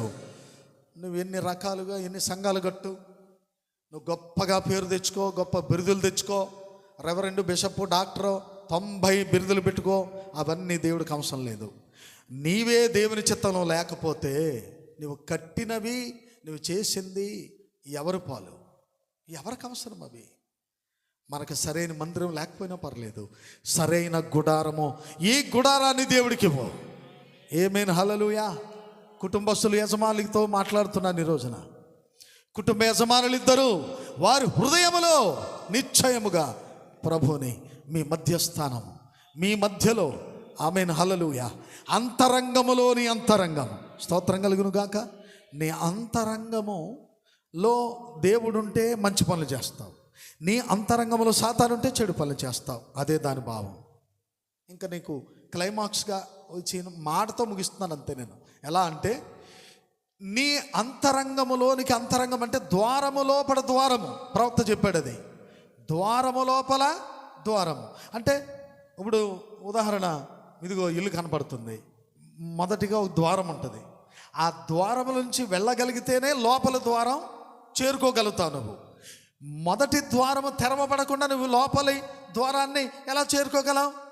అలాగునే నీ హృదయము అంతరంగం, ఓకే, అది నీ లోపల ఉంది. అయితే ఇప్పుడు ఆ లోపల అంతరంగంలోనికి చేరుకోవడానికి మనకు ద్వారం ఉండదు, ఉండాలి ఖచ్చితంగా. మనుషులారా, మనకు కూడా ఉంది. అదే ఇక్కడ ఈ ద్వారము లో నుండి లోపల అంతరంగపు ద్వారము దగ్గరికి వెళ్ళాలి. ఎందుకంటే వెలుపట జ్ఞానేంద్రియం ఇది, మనస్సు. చెప్పండి, అందరూ చెప్పండి, మనస్సు. నీ మనస్సును దేవుని వైపు తిప్పి, దేవుని తట్టు మళ్ళీ, ఎందుకు నా జీవితం, బాప్తిసం పొందాను, రక్షించబడ్డాను, ఇంకా లోక సంబంధమైన ఆశలు, అపేక్షలు ఎందుకు నా జీవితంలో? నా బతుకు మార్చుకోవాలి నేను అని ఎప్పుడు అనుకున్నావో, ఆ మంచి ఆలోచన, ఆ మంచి నిర్ణయము ఇక్కడ నుండి ఈ ద్వారము గుండా లోపల ద్వారములోనికి పోతుంది. అప్పుడు ఇక్కడ నియంత్రణ శిఖరం. అది ఏమంటుందంటే, రైట్, నువ్వు అనుకున్నది కరెక్ట్, నువ్వు నిర్ణయించుకున్నది కరెక్ట్, నువ్వు సమర్పించుకున్నావే, ఆ సమర్పణ మీద నిలబడు, ప్రభు నీకు సహాయం చేస్తాడని చెప్పుద్ది. ఏది? నీ లోపలున్న అంతరంగం. అంతరంగములోని అంతరంగం అంటే అదే. ఏమో కాదది. అంతరంగములోని అంతరంగం అంటే నీ శరీరము గుండా, తలగుండా వెళ్ళి ఆలోచన ద్వారా హృదయంలోనికి పోయి హృదయం లోపల ప్రవేశిస్తుందే, అదే దేవుడు నివాసం చేయగలిగిన చోటు అని చెప్పారుగా ముందు. స్తోత్రం కలుగును గాక. అచ్చట ఆయన నీవు కలిసి సహవాసం చేస్తాను. ఆమేన్ హల్లెలూయా. ఎంత సంతోషంగా ఉన్నారు వేళ? అందరూ సంతోషంగా ఉన్నారా? మీరు అలా గట్టిగా మాట్లాడితే మాకు సంతోషం ఎలా ఉంటుంది అంటారా? మీరు ఎలాగున్నా కాదు, మీరు ఏమై ఉన్నారో ఈ రోజున వాక్యమే మిమ్మల్ని పరిశీలన చేస్తుంది. ఇప్పుడు బయట ద్వారం ఇది, నీ కళ్ళు గుండా చూసావు, చెవులతో వింటున్నావు, మిటకరించావు, కళ్ళు మూతి చికిలించావు, పళ్ళు ఇకిలించావు, కాలు మిదిలింది, చెయ్యి మిదిలింది, సెల్ ఫోను దగ్గర పెట్టుకున్నాం. ఈ సెల్ ఫోను ఒక 10% మేలు కలిగించేది, 90% కీడు కలిగించేదిగా ఉంది ప్రస్తుతం. 90% అంటే అందులో ఎంతైనా మంచి ఉంది, కానీ మంచి తీసుకోవట్లేదు, అంతా చెడే తీసుకుంటున్నారు. నీవు సెల్తో గడిపే సమయము, ఎప్పుడైనా అంత సమయాన్ని బైబిల్తో గడిపావా? నువ్వు సెల్తో గడిపే సమయము, నీ మొబైల్తో నువ్వు గడిపే సమయము, నువ్వు ప్రార్థనలో గడిపావా? దేవునితో గడుపుతున్నావా? నిజమైన విశ్వాసం ఎట్లా అవుతావు? నువ్వు దేవుని బిడ్డ ఎట్లా అవుతావు? కనుక నీ మనస్సులో నుండి, తలలో నుండి లోపలికి పోతున్న ఆ అసలైన అదే మనం మామూలుగా బయట అయితే మనం ఏం మాట్లాడతామంటే గుడి లోపల ఉన్న భాగాన్ని ఏమంటారు? కాదు, ఇక్కడ బయట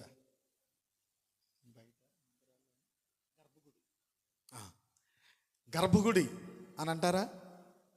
బయట ఎంతో శృంగారంగా, ఎంత అందంగా అలంకరించబడిన పెద్ద మందిరమైనా, అది చిన్న గుడైనా పెద్ద గుడైనా, ప్రతి గుడిలో ఏముంటుంది? గర్భగుడి ఉంటుంది. ఆ గర్భగుడే నీవు నేనను. స్తోత్రం కలుగును గాక.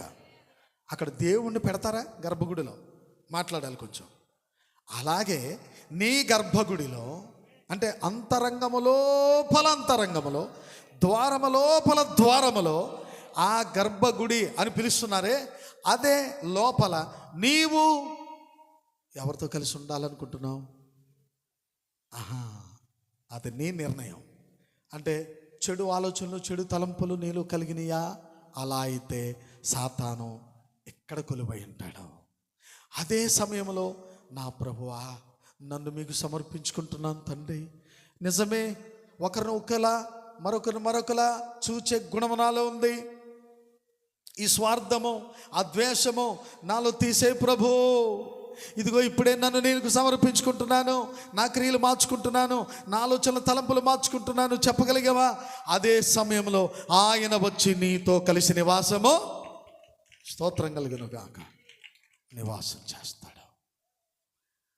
అప్పుడు ఎప్పుడైతే దేవుడు నీలో ఉండి నివాసం చేయడం ప్రారంభిస్తాడో, ప్రతి విషయంలో దేవుని చిత్తమా కాదని ఆలోచించి అడుగు వేస్తావు. ఎంతమంది ఆమెను చెప్పగలరు? నీ లోపలను ముందు స్థిరపడాలి, నీ దేవునితో నువ్వు కట్టుబడాలి. చూడండి, బెత్షెమెషు వారు మందసమును తెరిచారంట. మందసమును తెరవకూడదు, తెరిస్తే శిక్ష. 50,000 మంది చనిపోయారు అక్కడ. ఇక వాళ్ళు భయపడి, అయ్యో మనం చచ్చిపోతున్నాము, ఇలాగే ఉంటే మనం అందరం చచ్చిపోతామని చెప్పి అప్పుడు మందసమును ఎక్కించి, కొత్త బండి చేయించి, కొత్త ఎద్దులు కట్టి ఆ మందసమును దాని మీద పెట్టి, వద్దు బాబోయ్, మా దేశంలో మా పట్టణంలో వద్దని వాళ్ళు ఎక్కడికి? యెరూషలేము వైపు, స్తోత్రం చెప్పండి, ఇజ్రాయిలు వైపు దాన్ని తోలివేశారంట బండిని. ఇప్పుడు వస్తూ ఉంది. ఇక దావీదు ఆనందానికి హద్దులు లేవు. ప్రియమైన వాళ్ళారా, కృతజ్ఞత. దాని యేసుక్రీస్తు ఎవరు అని నీవు ఆయన తెరవకు. విశ్వాసం ఉంచంతే, నమ్మకం ఉంచంతే.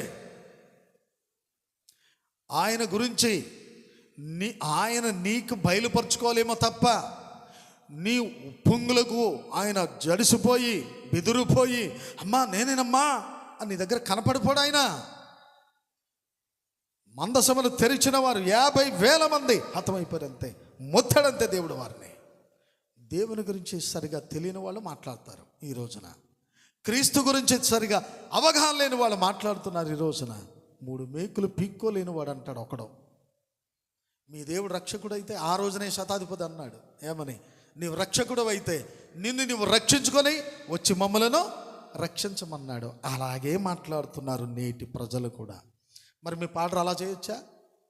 మీరు అలా చేయొచ్చా? ఎంత చులకనండి వీళ్ళకి. ఉందా మీ దగ్గర? దేవుని శోధించగలరా మీరు? అసలు నువ్వు చేసేది భక్తేనా? ఆదిలో ఎక్కడ పునాది? నీ విశ్వాసం ఎక్కడ? నీ భక్తి ఎక్కడ? నీ పునాది ఎక్కడా? ఎక్కడి నుండి వెళ్ళావు నువ్వు? ఏం మాట్లాడుతున్నావు ఈ రోజున? నిన్ను నువ్వు అలంకరించుకుంటే సరిపోదు, నీ హృదయాన్ని అలంకరించుకోవాలి. అందుకన్నాడు, అలంకారం పైన మీకు కనబడే అలంకారం అలంకారముగా ఉండక, బాహ్య సంబంధమైన అలంకారం కాదు, అంతరంగ సంబంధమైన అలంకారమే మీకు నిజమైన అలంకారంగా ఉండాలని చెప్పాడు. దేవునికి స్తోత్రం కలుగును గాక. కనుక ప్రియమైన దేవుని బిడ్డలారా, దావీదు ఏమర్పిస్తున్నాడు? ఆ మందసమ కొరకు సిద్ధపరిచిన స్థలములో మధ్యలో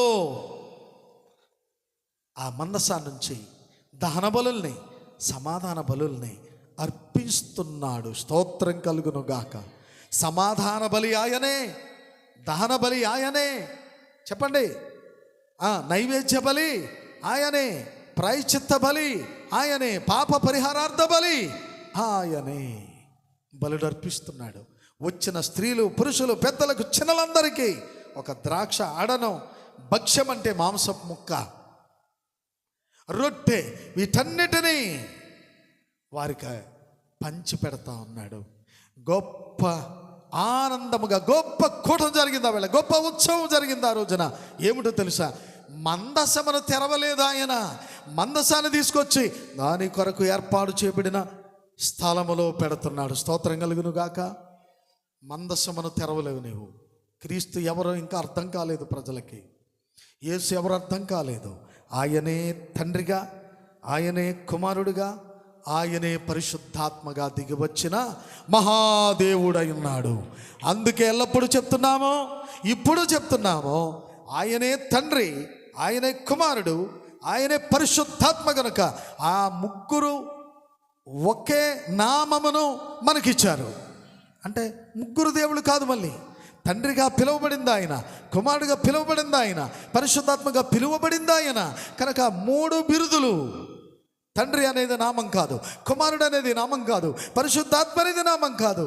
ఆ బిరుదుల్లో ఉన్న సారాంశం ఒక్కటే. ఆ భూమి మీద ఆయన ఏమని పిలువబడ్డాడు? ప్రభు అయినా. అందరూ చెప్పండి నోడుతో. మీరు ధన్యులవుతారు. గట్టిగా చెప్పండి. అందరూ గట్టిగా చెప్పండి. ఏ నామం ఇచ్చాడు భూమి మీద? ప్రభు అయిన యేసు క్రీస్తు అనే పేరునిచ్చాడు. మరి నీ పేరు లేకుండా రేషను ఎలా తీసుకుంటున్నావు? నీ పేరు లేకుండా ఆధార్ కార్డు ఏంటి? అసలు ఏదైనా పని చేద్దా నీ పేరు లేకుండా? మరి తండ్రి, కుమార, పరిశుద్ధాత్మ బిరుదులో బాప్తిస్మం అయితే నువ్వు ఎలా రక్షించబడతావు? ఎప్పటికీ నువ్వు రక్షించబడలేవు. ప్రభు అయిన యేసు క్రీస్తు నామములో తిరిగి నువ్వు బాప్తిసం పొందాల్సిందే. ఎవరైనా సరే, కాపరులైనా, అపోస్తలుగా చెప్పుకుంటున్న వాళ్ళైనా, ఈ రోజున పెంతెకొస్తేయులకు పట్టుకున్న గొప్ప ఆత్మ ఏంటంటే బైబిల్ మిషన్ ఆత్మ పట్టుకుంది. అందరిలో అదే ఆత్మ. పెంతెకొస్తు మేం గొప్ప అనుకుంటున్న వాళ్ళందరికీ బైబిల్ మిషన్ ఆత్మ పట్టుకుంది. ఏంటి? తైలాభిషేక పండుగలు అంటాయి. వీళ్ళకి కూడా వచ్చేసింది ఈ ఆత్మ. డబ్బులు సంపాదించడానికి అనేకమైన మార్గాలు. నా దేవుడు నన్ను ఏ స్థితిలో ఉంచాడో నేను ఎరుగుతాను. ఏ స్థితిలో నుంచి ఏ స్థితిలోకి తీసుకొచ్చాడో నేను ఎరుగుతాను. మాయోపాయాలు, తీయటి బోధలు, తీయటి మాటలు, కథలు, కాలక్షేపాలు నాకొద్దు, అవసరం లేదు. దేవుడు చెప్పమన్నాడు. ఆయన నిజవాక్యాన్ని, ఈ కాలపు వర్తమానాన్ని చెప్పమన్నాడు. చెప్పిపోతున్నావు. నువ్వు అంగీకరిస్తావో, నీవు తృణీకరిస్తావో అది నీదే. ఇక నాకు సంబంధం లేదు. తప్పక నా గ్రామము, నా ప్రజలు అందరూ తెలుసుకోవాల్సిన సత్యం. 7వ దూత వచ్చాడు. ఆయన వాక్యం ఇచ్చి వెళ్ళాడు. ఆ వాక్య నియమములో కొనసాగిపోదాం. God bless you. దేవుడు మీకు సహాయం చేయను గాక. ప్రార్థన చేసుకుందాం. వీలైన వారు కిందన్నవారు మోకరించడానికి, పైనున్నవారు తలలు వంచండి. ప్రార్థన చేద్దాం. పరమ తండ్రి,